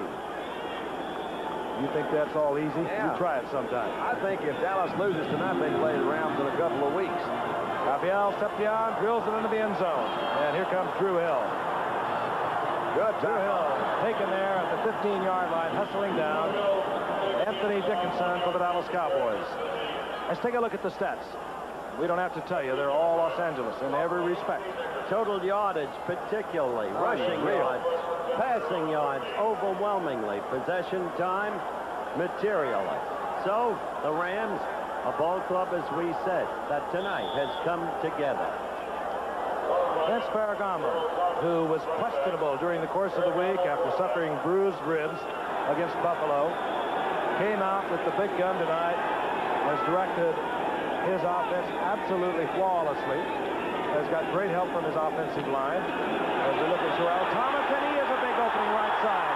Turns on the speed, he's down the sideline. Aaron Mitchell tries to make the save, and he finally does, but not until Joel Thomas has gone all the way down inside the 25-yard line of the Dallas Cowboys. I think we've got a repeat of the St. Louis Cardinal fiasco about 10 years ago. That's just straight. You can see right there the Cowboys have worked out all their defensive problems at halftime. And they get the offense worked out. Look at this cutback by Joel Thomas. You saw the speed. They did not anticipate this youngster could move that fast as he goes 61 yards. And again, Cullen Bryant with a tremendous block, springing Joel Thomas at the line of scrimmage. The first down, they mark it just inside the 25-yard line. Statistics simply incredible. Up to the line of scrimmage, Ferragamo puts both wide receivers. That's Waddy and Denard to the left side. The tight end is Victor Hicks. And here comes Cullen Bryant, who has contributed so much.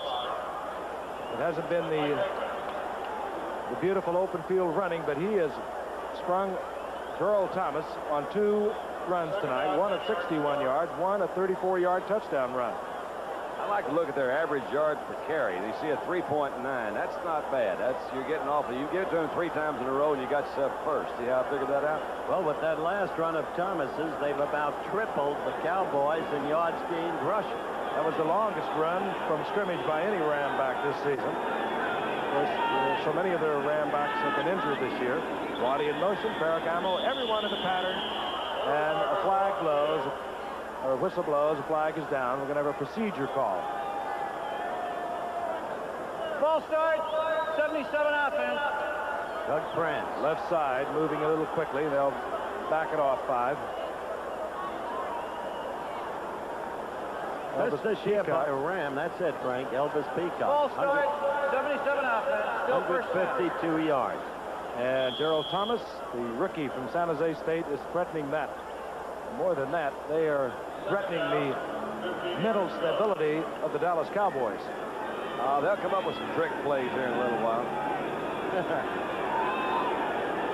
Second down, 15. Ball just inside the 30-yard line. Ferragamo again, a receiver wide open is Victor Hicks, the rookie from Oklahoma, who was actually drafted a year ago. Could not play. And he gets down inside the 10. It'll be first down goal to go at the 8-yard line, and nothing the Rams do can the Cowboys stop. I tell you one thing, somebody's done a heck of a job of either scouting, because I just can't believe Dallas is missing that many times, However, that appears that that's Randy Hughes, who had slipped down a little bit, 42, but he's still wide open. Good offensive plays. The plays are designed real well. These guys are They are exploiting those cornerbacks. They've been doing it the entire game. They had this team scouted. That is for sure. Not easy for Tom Land. Cowboys coming into tonight off a big win against Oakland a week ago. It's not the same team, however. Cullen Bryant. It's a block from Hara. Gets inside the 5. It'll be second and goal. Dennis Hara pulling out, smashing the cornerback.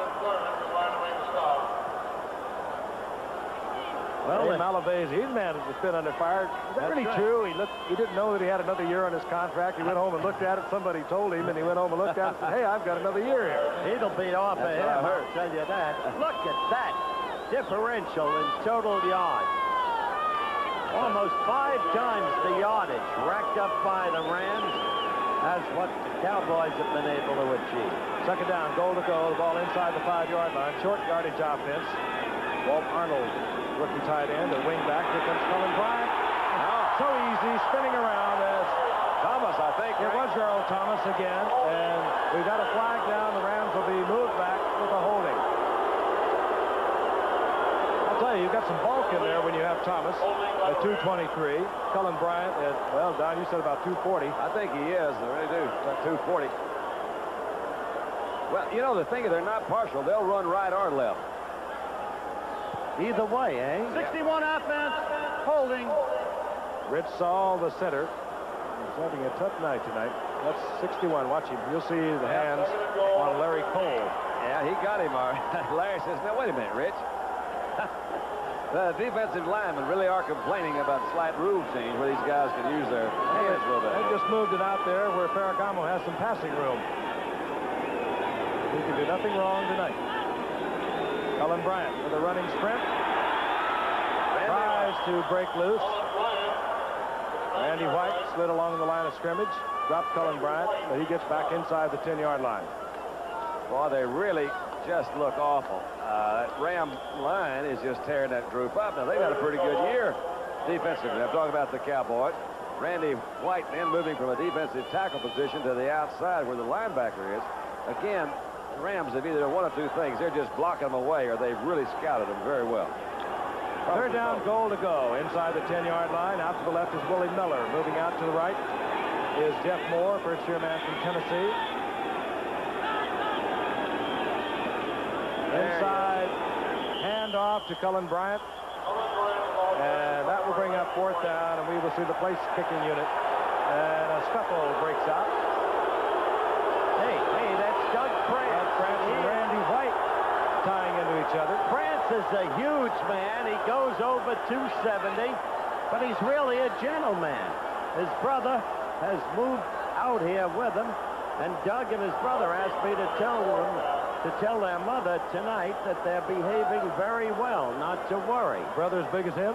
No, if he were, you'd have a heck of a scoop.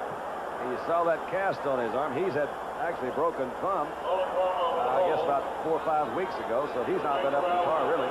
Makes it very difficult to hold. Frank Corral. Roland Cromwell is the holder. And with 28-0, we assume that the Rams will go through with their field goal attempt, and they do. 27 yards out. Corral extends it to 31, breaking also a string of 4 misses for Frank Corral. We'll be back in Anaheim in a moment.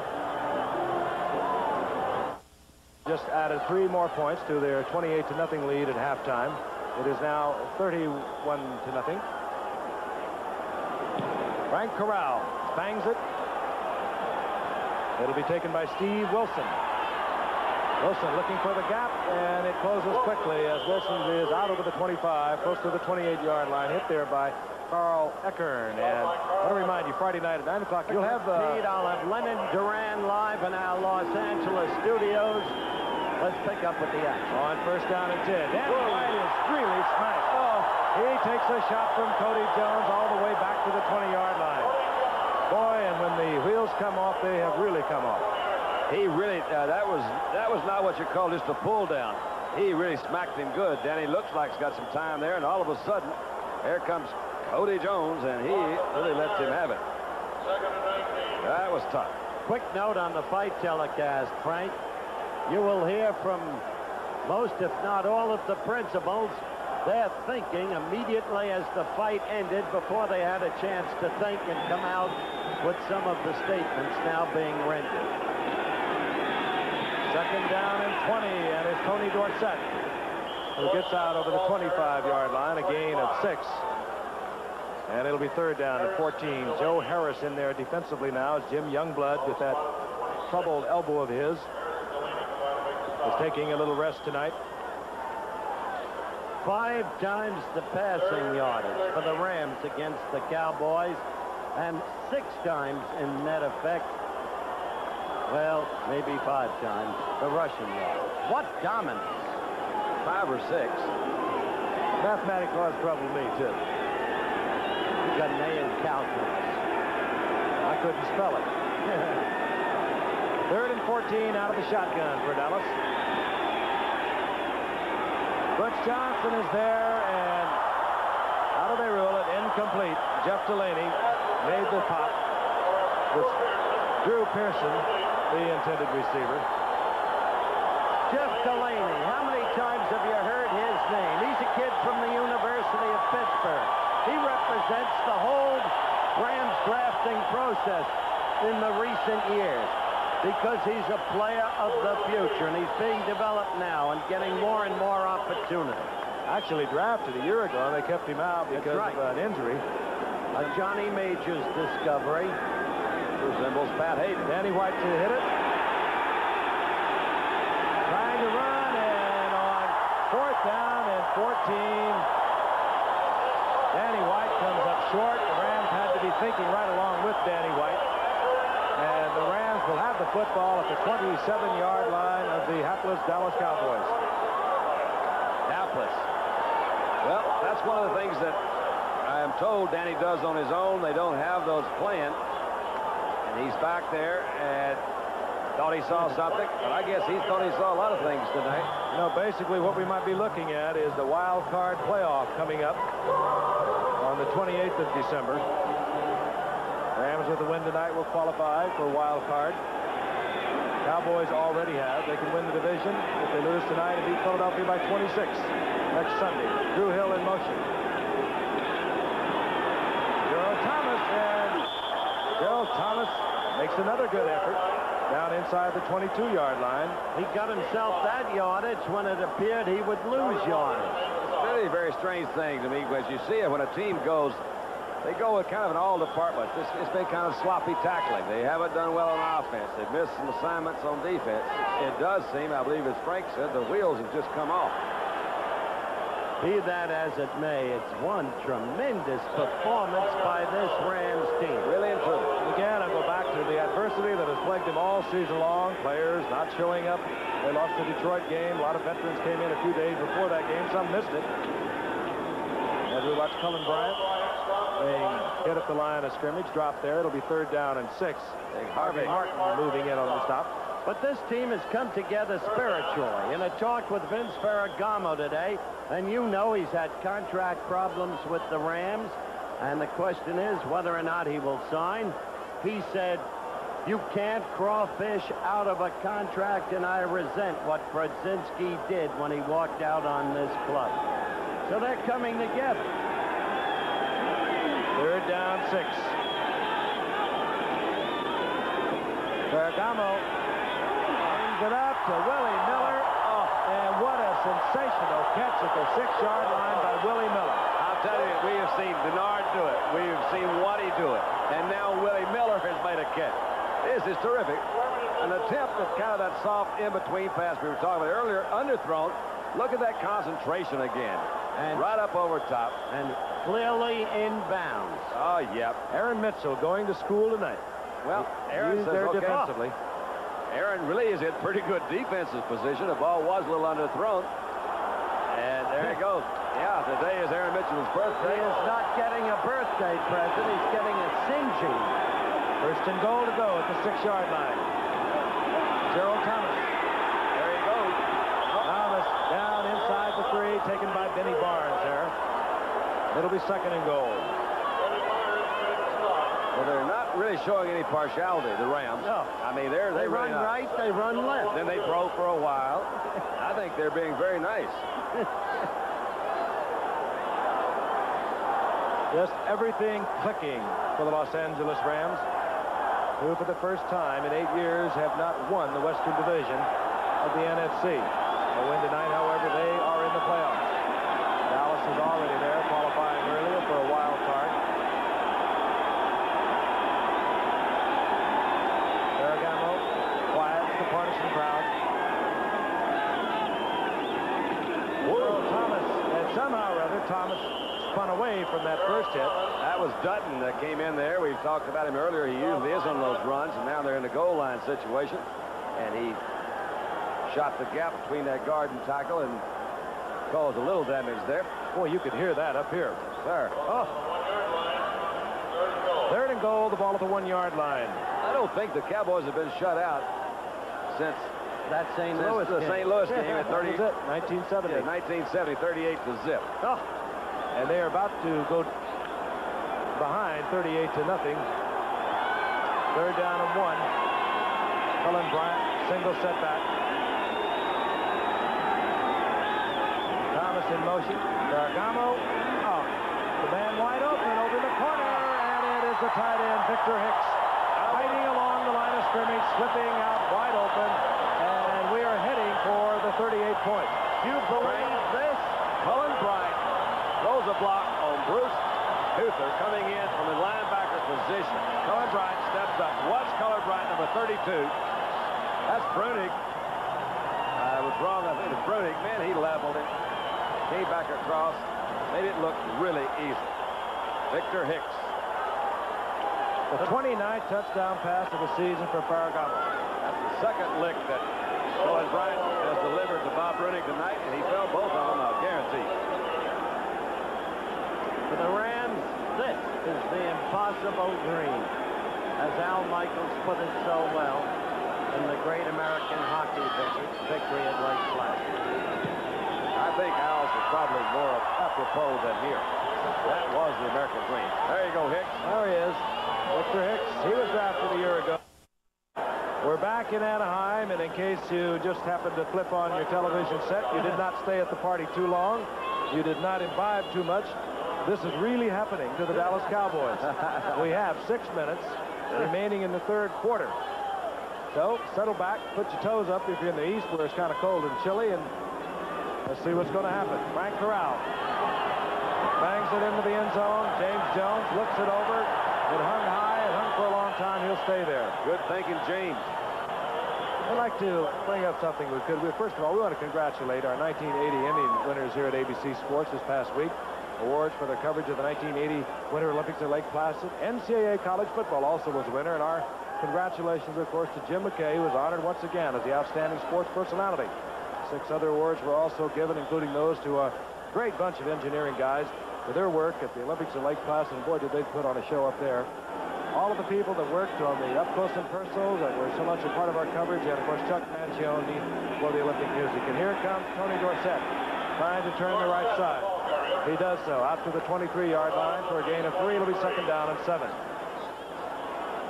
What is that, 9 Emmys now for Jim McKay? I don't know. I think that is 9. He does a good job. And I'll tell you, the NCAA guys, they did a good job too. I'm happy to see that. I didn't hear Jim's speech, but he said something about sports has changed so much, and he felt so good about having contributed to that change over the years. Well, he certainly has. He certainly has it. And certainly NCAA college football is long overdue. 2nd down, 7. Tony Dorsett, big opening. Dorsett with the good speed. Andrews makes an effort at the 45-yard line. Dorsett steps out at the 44. That might be Johnny Johnson, number 20. I'll wait and see. He comes in it right here. Hey, there you go. Look out, Johnny. You saw this at University of Texas, did you? Okay. Good move by Dorsett. Of course, there was the big money signing of Johnny Johnson that occasioned, reportedly, so many of the Rams holdouts. But the kid's a great player, and he's got a great future. He certainly is. And of course, Tony is, too. Dorsett's the kind of guy that really can make a difference sometimes. Everybody's falling down tonight, but he's still there. Dallas at the Rams' 44-yard line. Danny White will go up on top. He has the time. Fires over the middle. Hey, wait a minute. Hey, wait a minute. Drags it down, and Tony Hill is heading for the end zone. And I think that should be a touchdown. Why would they call that back? Didn't he catch that ball? Well, I'm sure that Gene Barth will clear it up. Well, let's just talk about it while Gene's thinking about it. I mean, there was interference. The flags were thrown. Well, you got Dorsett down there saying the same thing you're saying. If there was interference, I caught the football, I should be able to ramble into the end zone. We're so high up here we couldn't hear a whistle if they blew one. Well, Here's Gene Barth. Gene, tell me something, Gene. Oh, not right yet. Okay. We had interference on the defense. However, we had an inadvertent whistle. The ball was blowing dead here. First down. That's exactly the situation we had in the Houston-Denver game with Carl Loach. Well, and that's the rule. An inadvertent whistle, and that's it. The ball's dead. if they have many more of those inadvertent whistles, there's going to be a lineup. Boy, there's no what to question do with those. Well, I think He got off his toe. Did you see that? He kicked the ball back. that rule bears re-examination. Did you see that? That's Rod Perry. No question about the interference. That ball just bounded right off the toe of Tony Hill. Inadvertent whistle. As you heard Gene Barth. First down at 10. The Cowboys at the 25. And they're so far behind they didn't even complain. We'll see that. Yeah, we'll see that play a lot in some of your highlights. Look out, son. White in trouble. Oh, Reggie Doss, who was filling in for an injured Fred Dreyer, was in there first. Cody Jones was also there. Jack Youngblood was there. One of the things about this little play-action fake right here, little trying to drop in there, you've got to get back up in that pocket in a hurry, and there's no pocket to get up into. They're just, well, the Rams are in a situation, though, you know, where they don't have to do anything but come. That's correct, but let me say this about Reggie Doss. All right. He's a little rough, as Frank knows, because we've discussed it. But he is a player of the future. Great, great ability. And he represents the depth of this Rams team. Inside handoff, Preston Pearson. One of the rare attempts from the line of scrimmage for Pearson. Gets inside the 35 to the 33. A gain of a couple. It'll be fourth down now and 18. I would say that looking at that round bench, they're now going to more than likely be playing Dallas again in a couple of weeks. So Dallas is the kind of team I think that they're not going to do a whole lot. Section there is fourth down 18. Third down 18. They're a group of most happy fellas right now, I'll say that. Out of the shotgun. And the Rams front four will just freewheel on this one. They're not thinking anything about run. Here comes the blitz. Danny White has to go quickly. Incomplete. Johnny Johnson coming on the safety blitz. Deep downfield, Preston Pearson made a vain attempt to go for the ball. It'll be fourth down. Not a major gem of wisdom, but one of the things that the shotgun formation does do, it does eliminate a strong influence for a run. Therefore, they do come back in there. Danny threw the ball a little too quick that time. But when you're back there, you see all the pressure going. You know you don't have everybody blocked. You're going to throw the ball quickly. Well, isn't it true the shotgun helps the quarterback in two basic ways, gives him better peripheral downfield vision immediately, and second, mitigates to some degree the blitz. 51-yard attempt. Right. Rafael Sofian, he did that twice last year. Last week against Oakland, he hit from 52 yards out. He can reach it. But not this time. Not tonight. And the Rams still have a goose egg on the scoreboard, or rather the Cowboys still cannot get on the scoreboard, and the Rams will have field position once again. They'll get it at the line of scrimmage, their own 33-yard line. I used to run through airports. Now I fly. Here's Corky Ballinger, our cameraman, Archie Griffin, hovering high overhead. Perfect night for football here in Anaheim for everyone except the Cowboys. Archie Griffin left Cincinnati, I guess. First and 10. The Rams bring it up at their own 33-yard line. That's the line of scrimmage. Missed field goal attempt from 50 yards out by Septian. Cullen Bryant, right side, and down goes Cullen Bryant. He had two tall Jones all over him, but down at the 31-yard line, the loss of a couple. It'll be 2nd down and 12. You know, we mentioned that 38-0 thing that took place back in 1970, and I wasn't working Monday Night Football at the time, but I was home, Don. I could almost hear the tears dripping on your spot board because you, of course, just fresh from having left the Cowboys. How's this one getting to you? That's the night they chanted for Don. Earlier, they had booed him. No, well, not really. This one is a lot different. Let's see what old Vince is going to do here. We'll get into that in a minute. On 2nd and 12? Yes. Cullen Bryant. And Bryant cutting back. Saving tackle by Charlie Waters at the 40-yard line. It'll be 3rd down and 3. I think, well, you see Cullen again. That's just a little cutback. Brunig is getting outside the middle as Harrop just pushed him out of the way. Came back in. That's Charlie Waters that has to make the tackle. They're really doing anything they want to tonight. The thing that happened in that game in 1970, they're playing the Cardinals, and I really did know a little bit more about the intricacies of what Dallas was trying to do, and it was so frustrating because everything they tried to do really did just go wrong. Now tonight, I don't have a clue what they're trying to do. They're fooling the heck out of me. You know it's going wrong. I know it's going wrong. Gerald Thomas again. He gets the 1st down, close to the 45-yard line. What a show Gerald Thomas, the rookie from San Jose State, has put on tonight. Yeah, but what you have to remember is that this is an up-and-down game, that it's an almost eternal season. And that year, when St. Louis beat Dallas 38-0, who played in the Super Bowl? Well, Dallas did, and I would say they this. played against the Baltimore Colts, and they'll come back from this. That's the basic point. Well, I think you're right. Obviously, the score is a distortion of these two teams' ability, so they'll have a chance to play one another again in a couple of weeks, and I guarantee you it'll be very close. Mike Gooman, the rookie from Penn State, cutting back, and Gooman with a nifty gain out to midfield. See, one of the things that you see happening out there, they really truly are. They're running anywhere they want to. They're running left. They really are running right. They want to trap. They're doing that too. So you got it all going. Which way do you like it better? I was always right-handed myself. Let's go to the right. 3rd and 2, go off right tackle. Why not? Yeah, you got a point, but that was earlier in the season. You don't like to go into the playoffs. No. With a game like this behind you. You really don't. You have to question yourself. This is a very young team. 8 different starters on this field tonight from a year ago. They'll play well next week against Philadelphia. 2nd and 3, screen to Gooman. And this works also, but a flag goes down. All right, they threw a flag.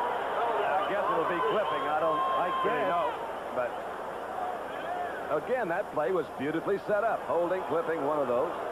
Rick Saul says, no, it wasn't. But we'll find out. And again, a reminder that Dallas, we know they can really blow you away quickly when they get hot. Well, Frank, you say they're the leading scorer in the NFL. So, you come in here. Illegal use of the hand, number 60 offense. That'll help a little bit, but I don't think it'll turn the score around. Dennis Hara, illegal use of hands. The sign you just saw related to the intended or projected or purported move of the Raiders to the city of Los Angeles. That's a matter that at one time has caused 8 different lawsuits. Will not pursue it now. 2nd down, 14. Mike Gooman stacked up. They'll lose a couple more on this one. It'll be 3rd down and 16. The point being that the Cowboys return to Texas Stadium to play the Philadelphia Eagles next Sunday, and the 5th tiebreaker will be in effect, and for the Cowboys, who have already qualified for their wild card, for the Cowboys to win again the Eastern Division, they will have to win that one by 26 points. That's a chore. That's a Sunday's work. They'll also be wearing a white jersey. See, that'll make the difference. I know, but it's not going to happen. Not against Dick Vermeil. Blitz by the Cowboys. Ferragamo reads it, has to hurry a pass intended for Willie Miller, incomplete. Denny Barnes raining all over Willie Miller because he knew he'd get that quick pass rush. And here comes the punting unit. Frank Corral, who added the punting duties to his place-kicking role this past year. And James Jones is back at the 20. Mentioned next Sunday, the Cowboys in Philadelphia. Well, next Monday night, we have a rockin' sockin' type of game down in San Diego. San Diego and the Pittsburgh Steelers. I'm looking forward to that game. That's going to be a fun game. Those two teams are exciting teams to watch. Jones, throw a flag, steals the ball at the 23, and there's the flag.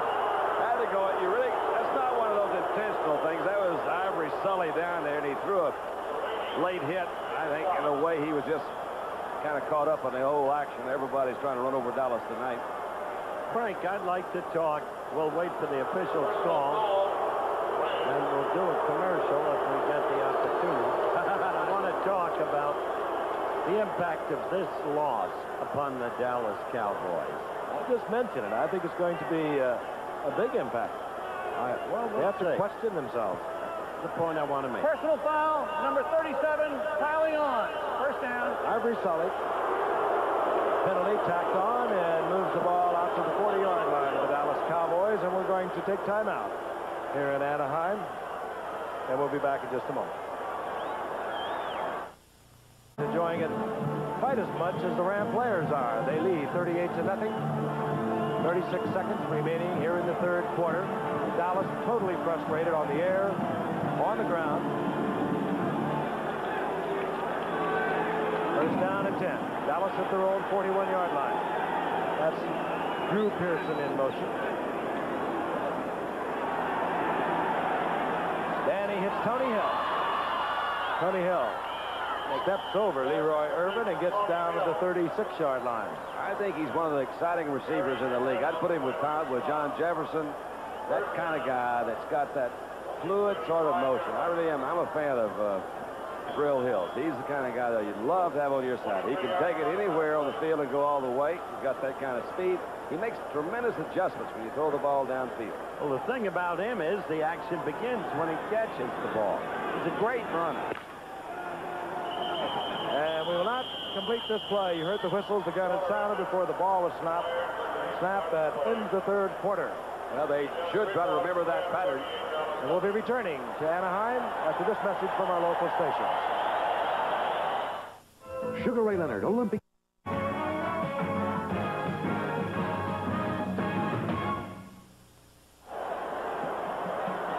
Anaheim Stadium in Anaheim, California, and it's in the night of the Rams. Rams, of course, clinching a wild card playoff spot. They can't win the division for the first time in 8 years. But they're certainly going to move in as a wild card, and we could be seeing a wild card rematch on the 28th of December. First down, 10 Dallas as we begin the fourth quarter. The ball at the 36-yard line of the Rams, and here's Tony Dorsett, and boy, the Rams are smoking now. This is what you call building up your contract statistics game. Look at those statistics. Look at the overwhelming superiority of the Rams. I truly believe that tonight the Rams have given the single greatest team performance in my 11 years, and we're about to close it out next week on Monday Night Football. I congratulate them. And for the Cowboys, well, it's a hard row to hoe tonight. But keep in mind that they have had 15 consecutive years of winning seasons. 14 years of those 15 in the playoffs. Second down and 10. White going out to Preston Pearson. In and out of his hands. You won't see that often. Another point I'd like to make, Frank. This is not one of those cheap promotions for the National Football League. No way. But the point is that a week or so ago, hello, Vince, San Diego lost by 23 points. He might have been waving it down to Washington. San Diego lost by 20. Now, you know San Diego's a great football team. So what happened to Dallas tonight does not augur any accuracy for the future. Not with Landry, it doesn't. Third down and 10.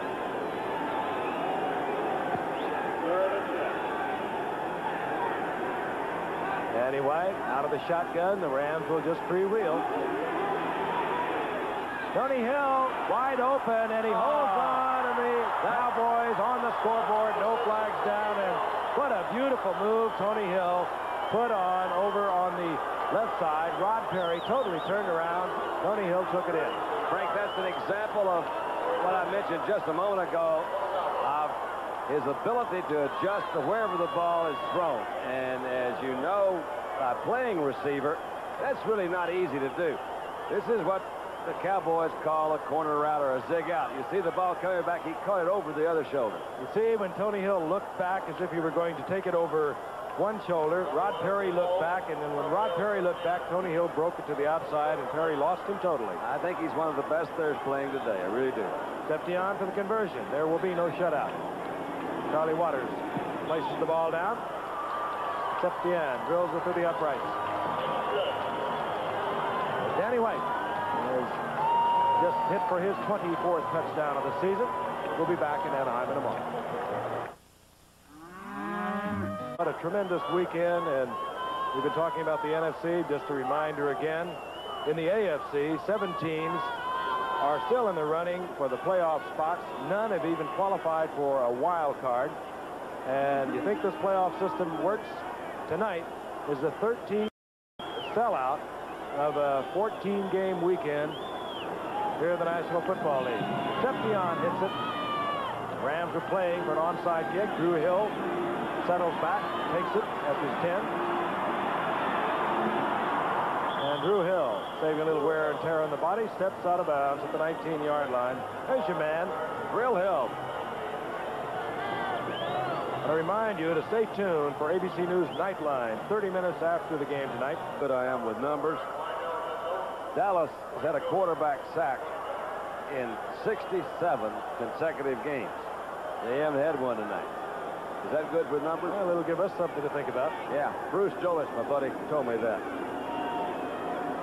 Drew Hill in motion. This is Lydell Mitchell. He just was signed by the Rams this week. And Lydell picks up 4 yards, giving 3. It'll be second down and 7. Well, that's got to be a nice thing for Lydell. When do you think the last time he carried the ball? Maybe 2 or 3 months ago? Well, the training camp for the San Diego Chargers before he was released. Yeah. Boy, but he was something at Baltimore. Their leading receiver, their leading rusher for so many years. And, of course, having played his collegiate football at Penn State with Franco Harris. What a pair they must have been. Second and 7. Ferragamo drills it in, complete. There's Lydell. Lydell Mitchell. That's his other specialty, and he gets the first down out to the 30-yard line. And even though they said he was in pretty fair condition when they signed him this past week because of the loss of Elvis Peacock and Wendell Tyler, he has not really been conditioned for the contact. Well, but they're, I think, surprised that they're having the opportunity to let him play some tonight. I don't think they really were going to use him unless somebody else got hurt, but now they can let him play. And if they need him against next week, he's at least had a little experience. Jeff Moore, 86. Willie Miller, 82. Wide receivers for the Rams. And a break on the left side. That was Bill Bain moving off sides, making contact for the Rams. You know, Frank, one of the things maybe we should point out at this time as we're looking at Tony Dorsett is that this telecast that we're looking at right now, of course, it's presented by the authority of the National Football League. And so, therefore, it's really intended for the private use of the audience. Yeah, now, any rebroadcast or other use of this telecast without the expressed written consent of the National Football League is prohibited. Superbly rendered. Thank you. First down 15, false start. Mike Gooman and the rookie from Penn State out over the 30 to the 32-yard line. You know, I like that kid, Frank. Which one? Gooman. Gooman? I think he's got a future in this league. You mentioned he gained 90 yards last week. Hey, he's a versatile athlete. He's done a lot of things at Penn State, where Lydell, of course, played his football. He was a wingback as a junior. He played defense as a freshman. He was a tailback finally as a senior for Joe Paterno. Second down and 8. Inside handoff. We'll look at Gooman once again. Cuts back, steps over the tackle of D.D. Lewis, gets out over the 35, close to the 36. It'll be third down and 4. Bruce Huther, who filled in for Bob Bruning when Bruning had to leave the game, made the stop from his middle linebacking position. The game is frankly struggling now. It's so well in hand. But look at this character. You don't see that often. Now that... Boy, he is good with that. Yeah. Talk about something incredible. He's planning to become Ben Vereen. No, no. Hey, I like that one. Hey. Meanwhile, back at the ranch, 3rd down and 4. Dallas showing blitz. Here they come with it. Ferragamo reads it. Tries to get the ball to Jeff Moore, who is going to try and lateral it. And nothing happened. It's incomplete. He didn't try to lateral. He just missed it. But I will say this. That was a good release by... Let's take a look. I think he was trying to get it to him. No. Yeah? No. That just slipped out of his hands. No, I don't agree with you. Gifford's right. Gifford's not right. That guy can't think that fast. I'll guarantee he's out there to blitz. Well, that's just set play. Bull. Frank Corral, the punt. James Jones. Deep, and Corral tries to keep it away from Jones. He gets around a bounce. And he gets a Cowboy bounce and settles in inside the 21-yard line of the Dallas Cowboys. 11 minutes and 11 seconds remain in the game. It's been all the Rams. They lead 38-7. We'll be back. For weather here on the West Coast, that's 70 degrees. Well, I point out one other thing. Again, 15 consecutive winning seasons. There's only one other team that has a better string of consecutive victories. That's the Oakland Raiders, the best ever in the NFL. They have 16. Well, you saw their worst defeats. There were 5 of them. I was there for 3. Well, you always did do your part. That's what I always try to do, my fair share. 1st and 10 Dallas. A good draw's a good play. Tony Dorsett. Exciting, fun to watch. Gets forward. It'll be 2nd and 6. And we're going to be in San Diego next week. And I'm going to try and get this out, but I want to tell you about Pittsburgh. You know, they can get in, even though they've had their problems, as a wild card, and it's going to take this kind of a reaction. New England has got to lose to New Orleans, and if Cleveland beats Cincinnati, and Houston beats Minnesota, and the Steelers beat San Diego. Wait a minute. Howard, Buffalo would win the East. Important. Of course, if that all happens. Cleveland the Central, Oakland the West, no matter what happens to the Giants, by the way. Houston would be one wild card, Pittsburgh the other, because they would have a 10-6 record like San Diego. But the first tiebreaker is head-to-head confrontation. That would put Pittsburgh in the playoffs. Yeah, well, there's 500 million Chinese that are putting their yen on the Chargers. Okay. Whoop. Oh, ball's loose. That's his 8th fumble. Tony Dorsett, who we just spoke of earlier in the telecast, is having a pretty good season as far as holding on to the football this year, and of course going over 1,000 yards. What'd you say? I'll tell you one thing. Bo Derek would add a little style of his booth at this point. Yeah, well, she only just left the booth. I can think of a lot of places Bo Derek would add things to. There's one of them. Dorsett able to cover the ball. 3rd down and 7. Ball at the 24-yard line. Inside handoff. Dorsett once again. Johnny Johnson's never seen anybody run like that. Dorsett down the sideline for the 1st down at the 35-yard line, stopping the clock inside 10 minutes. Johnny Johnson was there. Leroy Irvin. I think you're right, Don. Johnny Johnson. Hey, nobody can move that quickly. Hey, he could get a 100-yard night again, Tony. There's no quit in this team, and there's no quit in this man. What's that statistic? Yeah, the Cowboys throw a statistic at us. It's like, I think he, for the 18 times he's gained 100 yards, they've won the game. Well, they lost 1, I think. 18 and 1 or something. Better not make 100. No, we got to keep those records intact. Those things are important. Hugh Pearson left. Tony Hill right. White. That's ridiculous. Picked off Leroy Irvin, and I don't know who that was intended for. Leroy Irvin. But Irvin, the rookie who is on the spot tonight because Pat Thomas could not play, the regular cornerback for the Rams, out with a sprained ankle, and this 3rd-round draft pick for Kansas has done everything he could be asked to do. It's a tough situation for Danny to be in. Nothing's really gone. He's trying to get it out there to Billy Joe Dupree. Leads him a little bit. He threw right into a heavy part of that defense. They were there. Leroy happened to be in the best spot. Pick it up. There he is. We'll be back. Here comes Their wild card spot into the playoffs once again. Tough road to hoe. And the Rams had the football, first down and 10 at their own 47-yard line. Ferragamo obviously not suffering too much from the ribs because Rams could bring in Pat Hayden if they wanted to. Ferragamo was hurting. They keep him in. He pitches out to Lydell Mitchell. Lydell Mitchell over midfield. Gain of about 5. It'll be second down and 5. Mike Higdon there initially, getting help from Ed Too Tall Jones. And there's Pat Hayden. Hard luck kid. He broke a finger a year ago. Ferragamo took over the Rams, took them to the Super Bowl. Hayden had won the starting job again this season and the very first game against Detroit. Pat Hayden broke a finger. Ferragamo took over the starting role, and Ferragamo has been dynamite. Second and 5. Ball at the 48 of the Cowboys. Ball Arnold in motion. Lydell Mitchell, who's looking awfully good considering he has had not any contact to speak of. Well, none at all, I guess, since back in August. He gets inside the 45, short of the first down.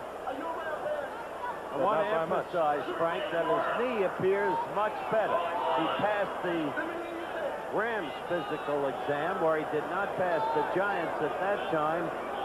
He had that loose knee, and the Giants were absolutely justified in rejecting it. Loose knees fit in better in Southern California than they do in New York. Whatever you say. Yeah, that's not far from wrong. That's it. A little frosty back there this time of year. That's right. You got a loose knee in California. That's not nearly as bad as having a loose knee in New York. Third down, you saw how much.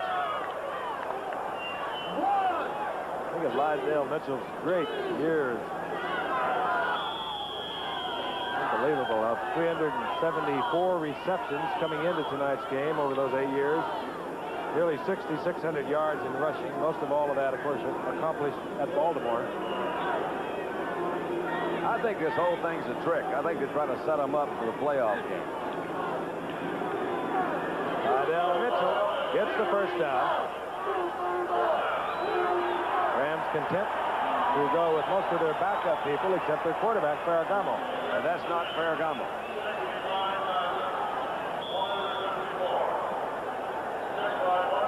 First down is at the Cowboys' 42-yard line.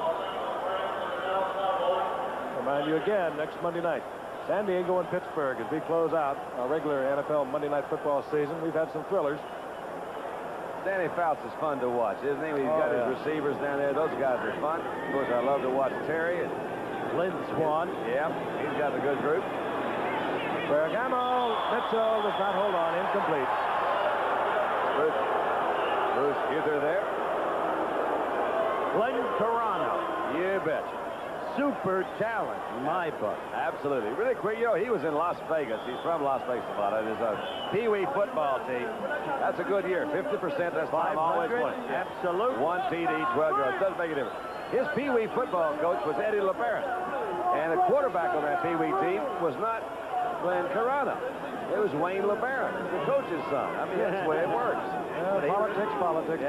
He loves Eddie, though, and so do I. Second down, 10. Mike Gooman. Gooman put a move on D.D. Lewis that you won't see by any running back very often. Oh, they got him That's set why up. I love that kid, Don. He can play. You don't do this to D.D. Lewis. Well, at first they're on the inside. There's Dutton that goes down. I don't know where Too Tall was. There's D.D. There's D.D. was out there doing something. And they got Steve Wilson coming there and knock him away.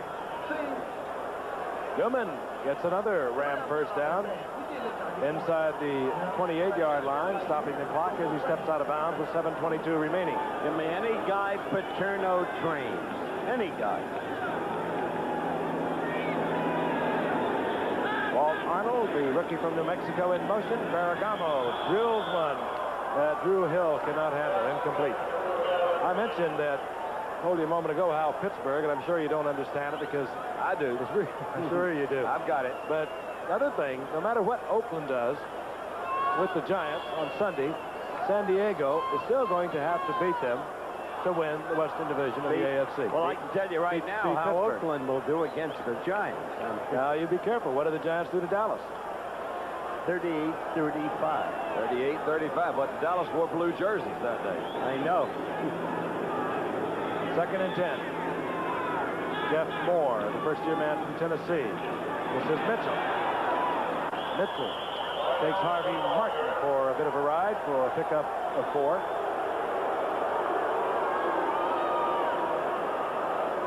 I think the crowd would like for the Rams to pour it on even more. These teams have met 5 times in the last 7 years in playoff competition. Dallas has a 3-2 edge, but the Rams beat them last year in Dallas as they went on to ultimately lose to the Pittsburgh Steelers in the Super Bowl. It's not been a good night for Danny. Bless his heart. I like the way he handles it, though, Don. We talked about that coming over. Nothing seems to bother him. He's very cool. He knows there's going to be another day. He's a good guy. He's also a terrific athlete. 3rd and 6. Duman inside the 20, short of the first down. It'll be 4th down. Dennis Thurman defensively there for the Cowboys. Well, they ran left, and he should have cut sooner. Yeah, but they can also go right if they want to. Rams keep their kicking unit on the bench on 4th down. And a play-action pass, of course, will freeze the linebackers. I don't know that... Well, they couldn't do it. They couldn't punt from here. They don't want to go for a field goal. That could hurt. It could be blocked. Yeah, but So you have to go for the wonder. first down. You have to wonder if Tom is thinking about is Malavasi trying to pour it on. Not at all. No, Tom doesn't think that way. It's the right call. Ferragamo in and out of the hands of Jeff Moore, and Ferragamo was right on target. That wasn't the same guy that you told me he was trying to make a lateral a while ago, was it? Yes. I see. Must have been trying on this one. Yeah. That's the only thing he learned in practice is you don't catch it, you lateral it off to somebody. Glenn Carano has come on the field for the Dallas Cowboys. Danny White will get a breather. We have 5:40 remaining in the game. We'll be back. Have Sugar Ray Leonard, Roberto Duran live in the studio with me Friday night. No mas. No mas. No mas. Carano, a second-round draft pick 4 years ago. They're playing the role now that Danny White played for so many years, 4 years to be exact, behind Roger Staubach. First play, he unleashes with the arm that we have seen in preseason play, and he has got a strong arm. He's also got terrific touch. Maybe a purer passer than is Danny White. Not the all-round athlete, does not have the generalship, but I'll tell you, he ain't bad. Pickup of 6, 2nd down and 4. They got another kid behind those two. Hogaboom. That's right. And he can play. Carano, draw play. Robert Newhouse. Down he goes, short of the first down. Gets a couple of yards. That's the play I'd call if I was back 38 to 7. 3rd down and 2. Mike Fanning, who's had a great year for the Los Angeles Rams, leading the club in sacks, made the stop, and there is the man that really sparked a offensive explosion for the Rams in the first half. I think it was on that when they were on their own 3-yard line. When Leroy Urban set it up. No. Exactly right. No. Oh, when he went out. But when on 3rd down, they got a 3rd down and long, and he hit was Denard coming across the middle, and that really just opened it up. They took off from there. Out of the shotgun, Glenn Carano, 6'3", 202-pounder.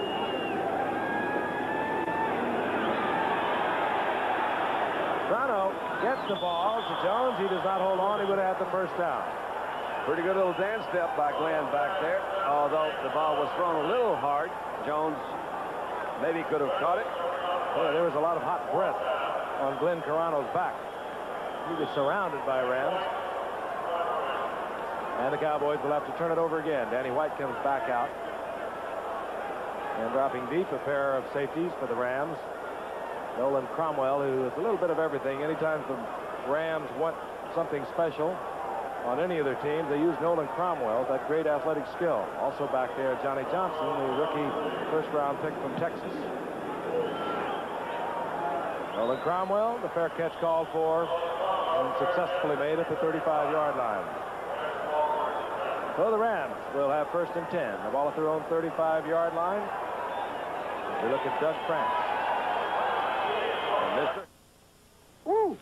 Ah. Go not tough congestion. Nice gesture on the part of Ray Malvese. He's not putting Pat Hayden in the ball game with the Rams on top, 38-7. A lot of controversy centered around the quarterback duel out here, but there can't really be much of a controversy. Ferragamo has had a great year. Pat Hayden has had his own successes with the Rams, but the injuries last year and this year has given Ferragamo the opportunity. He's made the most of it. But this is Bob Lee, the former Minnesota Viking quarterback, who hands off now to Mike Gooman, who really wasn't playing last year when Hayden was hurt. The Rams picked him up, and he actually performed very well for the Rams last year in a couple of key games. There's a group. Boy, it's easy when you win big. Yeah, it is. Enjoy it, guys. Why not? You really deserve it. You know, Bob Lee had some good years in Atlanta, too, Frank. Sure did. He was traded to Atlanta, and then Atlanta traded him back to Minnesota. Well, he had that great victory over a then unbeaten Minnesota team. Fran will never forget it. Lee had a great night. That pass to Tommy Garrity. General Robert E. Lee, they had him in Atlanta. That's a good place for him. Newman got one, 2nd down and 9. Here comes Lydell Mitchell. Lydell says, wait a minute. He runs into Mike Hagman. He gets to the line of scrimmage. That's it. 3rd down and 9. There is a football player. There is a football is player's an athlete. Now smile, Nolan. Come on. Nice looking guy. He picked up his 8th interception. The way they grow them in Kansas. Frank, what did you say? What was the interception record for the Cowboys? Is it 25? I don't have it, of course, so therefore I'm going to ask. Eddie LeBaron, 25, back in 1960. That's throwing to a bring lot. that up for Eddie Barron, who just guided the Atlanta Falcons to their first divisional title ever. So if you'd seen the team we had in 1960, it wouldn't be bad to bring up. Lydell Mitchell stopped right at the line of scrimmage, dropped for a loss, as a matter of fact. And we'll see the punting unit now for the Los Angeles Rams as we head down towards the 2-minute warning. That's Irving and Rod Perry. And, both of those guys have had a heck of a night. Perry intercepted one, and Leroy Irvin's been kind of a hot spot. Played good defensively. Yeah, it'll help Pat Thomas very well. well. There's James Jones. He's set a Cowboy punt return yardage record. Here's Frank Corral. And we've got the 2-minute warning as the Rams just let it run down. Contented, happy about the situation. They're in the playoff. There's a wild card. Cowboys must try next week. Here's to good friends. Tonight is got. Statistician Jerry Klein had his eyeballs spinning like a top in the first half. They could do just about no wrong. And on 4th down, Frank Corral will punt. James Jones has positioned himself at the Cowboys' 25-yard line. I still think that stat about no quarterback sacks. They had 67 straight games where they got at least one. They've gotten none tonight. Low kick by Corral. Jones. And it sets up for Jones, and he gets out to the 45-yard line for the special unit of the Rams. Closes down, headed by Jeff Delaney. Glenn Carano had a great preseason. Good Glenn Carano. There was some pressure, as a matter of fact, even though Danny White had been the backup man for so many years to the great Roger Staubach, to go with Carano. But Danny White, of course, you cannot fault the year he's had also. I don't think Tom was giving him a play. I think he was saying, Glenn, if Danny does this again, the job is yours. He does things like that. Oh, no, he wouldn't say that. No, I'm teasing. First down and 10, 45-yard line of the Dallas Cowboys. Jack Youngblood with a little pressure and knocked up in the air. A lot of Rams were around it, but Nolan Cromwell couldn't come up with it. It was Carl Eckern, number 55, who got a big paw on it.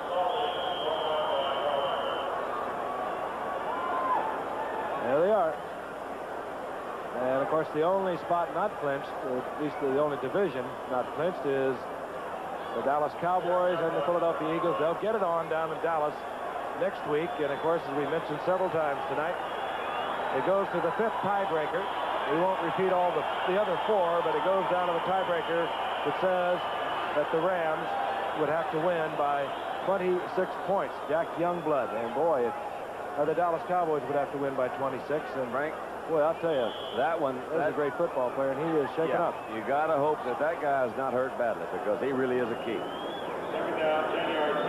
No contact made. The Rams back on side.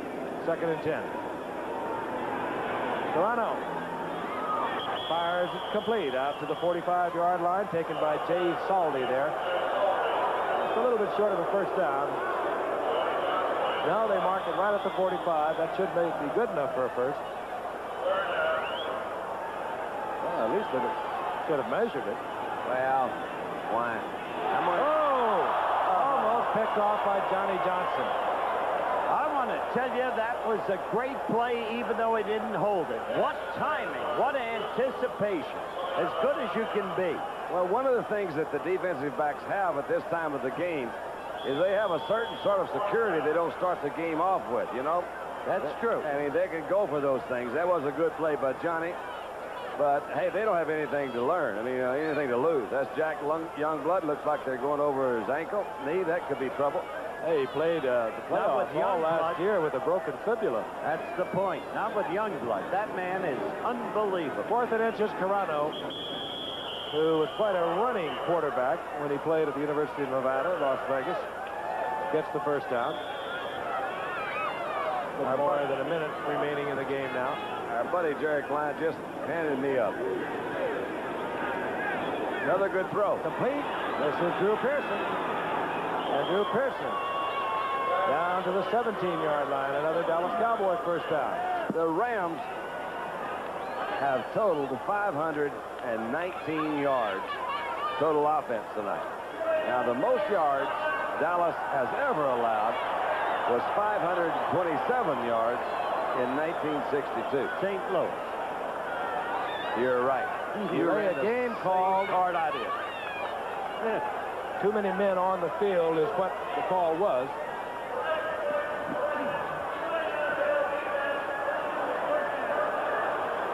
The Rams had too many men on the field. And they had it backwards for a moment. And we'll check those game films. They could have had too many men on the field all night long. Maybe that's what it is. Apparently, they did. That's what I remember Dwayne Thomas saying when somebody asked him, "You are very fast." Cowboys Dwayne take the said, gain. Apparently. The first down is at the Rams' 17-yard line. Well, apparently the ones they had on the field did the job tonight. 54 seconds remain. Rams showing safety blitz. Now they drop out of it. Toronto firing in the corner of the end zone, intended for Tony Hill, and good coverage there by Lucius Smith, the rookie from Cal State. At Fullerton is the Rams have emptied their bench. Clock stopped at 48 seconds. Second down at 10, the ball at the 17-yard line. Admitting that Dallas is a truly great football organization, and that man is a truly great football coach. Third best that ever did it. They have been embarrassed tonight, but they need not be ashamed. They played a team tonight that was almost frenzied in its intensity. You got it. Perfect game plan, and they have played brilliantly. So I salute the Rams tonight. Cowboys, the same team that beat the Oakland Raiders a week ago. Toronto, no chance. He was going down, tried to get the ball off, incomplete. Now, that's a pretty good reaction for a quarterback. He was going down, Frank. He did throw the ball away, but at least in an area that he's not going to be called for grounding the ball. It's not bad. Boy, this is something, this AFC playoff. Figure that out. I'm going with the 500 million Chinese who are really involved in this National Football League. I don't want to get into it all of it, but didn't we determine that not any of those teams, however, has a lock? That's right. Boy, it has really come down to the final week. Third down and 10.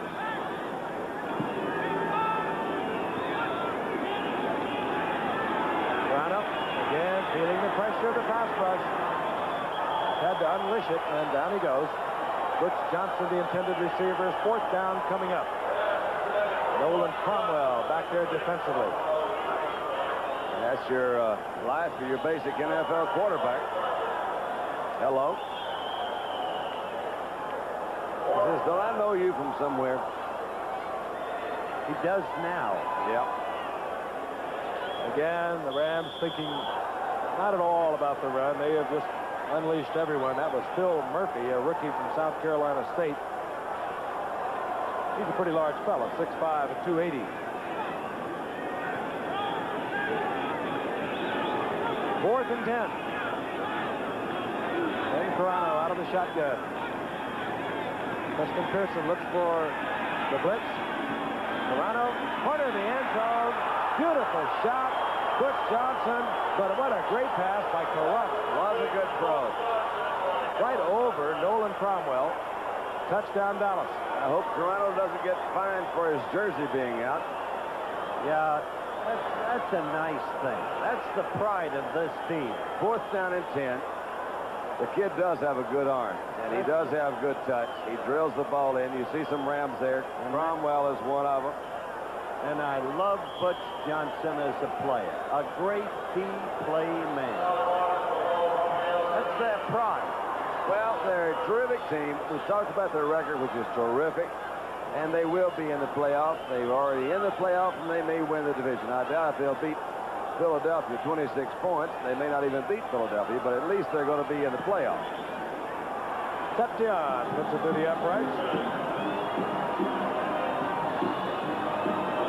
Ben Carano, I mentioned also that he not only was a great passer, but he rushed for a lot of yardage and a bunch of touchdowns at the University of Nevada in Las Vegas. Frank, the night is running out. It's been a remarkable performance by the Rams, but we can't let this night go. And I must talk personally here about one of the remarkable men I've ever known in sport. He died over the weekend at the age of 51. So many memories, so much dignity, so much class. The home run against Don Newcombe in the '55 World Series. The remarkable hitting against the Bucks in the '60 World Series. The most valuable player in the American League in 1963. The Yankees with so much class still in that ball club, but how they miss Elston Howard and, of course, Thurman Munson. We're all going to miss him. He's a great man. Onside kick attempt. Had to travel the 10 yards. Rams all over the football. They were, of course, anticipating that. 27 seconds remaining in the game. Like our spotter, Steve Bazika, also tonight, who's here in the lofty heights of Anaheim Stadium, has been stretching his eyeballs considerably tonight.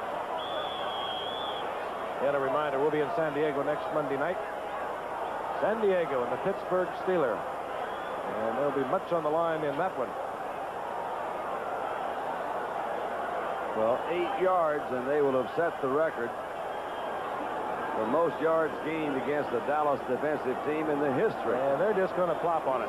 Well, Mobley is the quarterback. They get into their plopping offense. I think if they... Well, they're going to lose a yard there. Final seconds ticking off. Great victory for the Los Angeles Rams. And Tom Landry will be busy this week. Ray Malavasi under fire. I really don't know whether he is or not. But he has moved to the playoffs for the 3rd time in 3 years as the head coach of the Los Angeles Rams. Of course, the Cowboys are already there. Once again, the final score, Los Angeles 38, the Dallas Cowboys 14. And remember to stay tuned for ABC News Nightline 30 minutes after the game, 11:30 on the West Coast over most of these ABC stations. Our blip has been provided by the Goodyear Tire and Rubber Company. Travel arrangements paid through and a promotional fee paid by United Airlines. United flies more people to Hawaii than any other airline. That's what friendly skies are all about. This has been a presentation of ABC Sports, recognized around the world as the leader in sports television. We'll see you in San Diego next Monday night with the Steelers.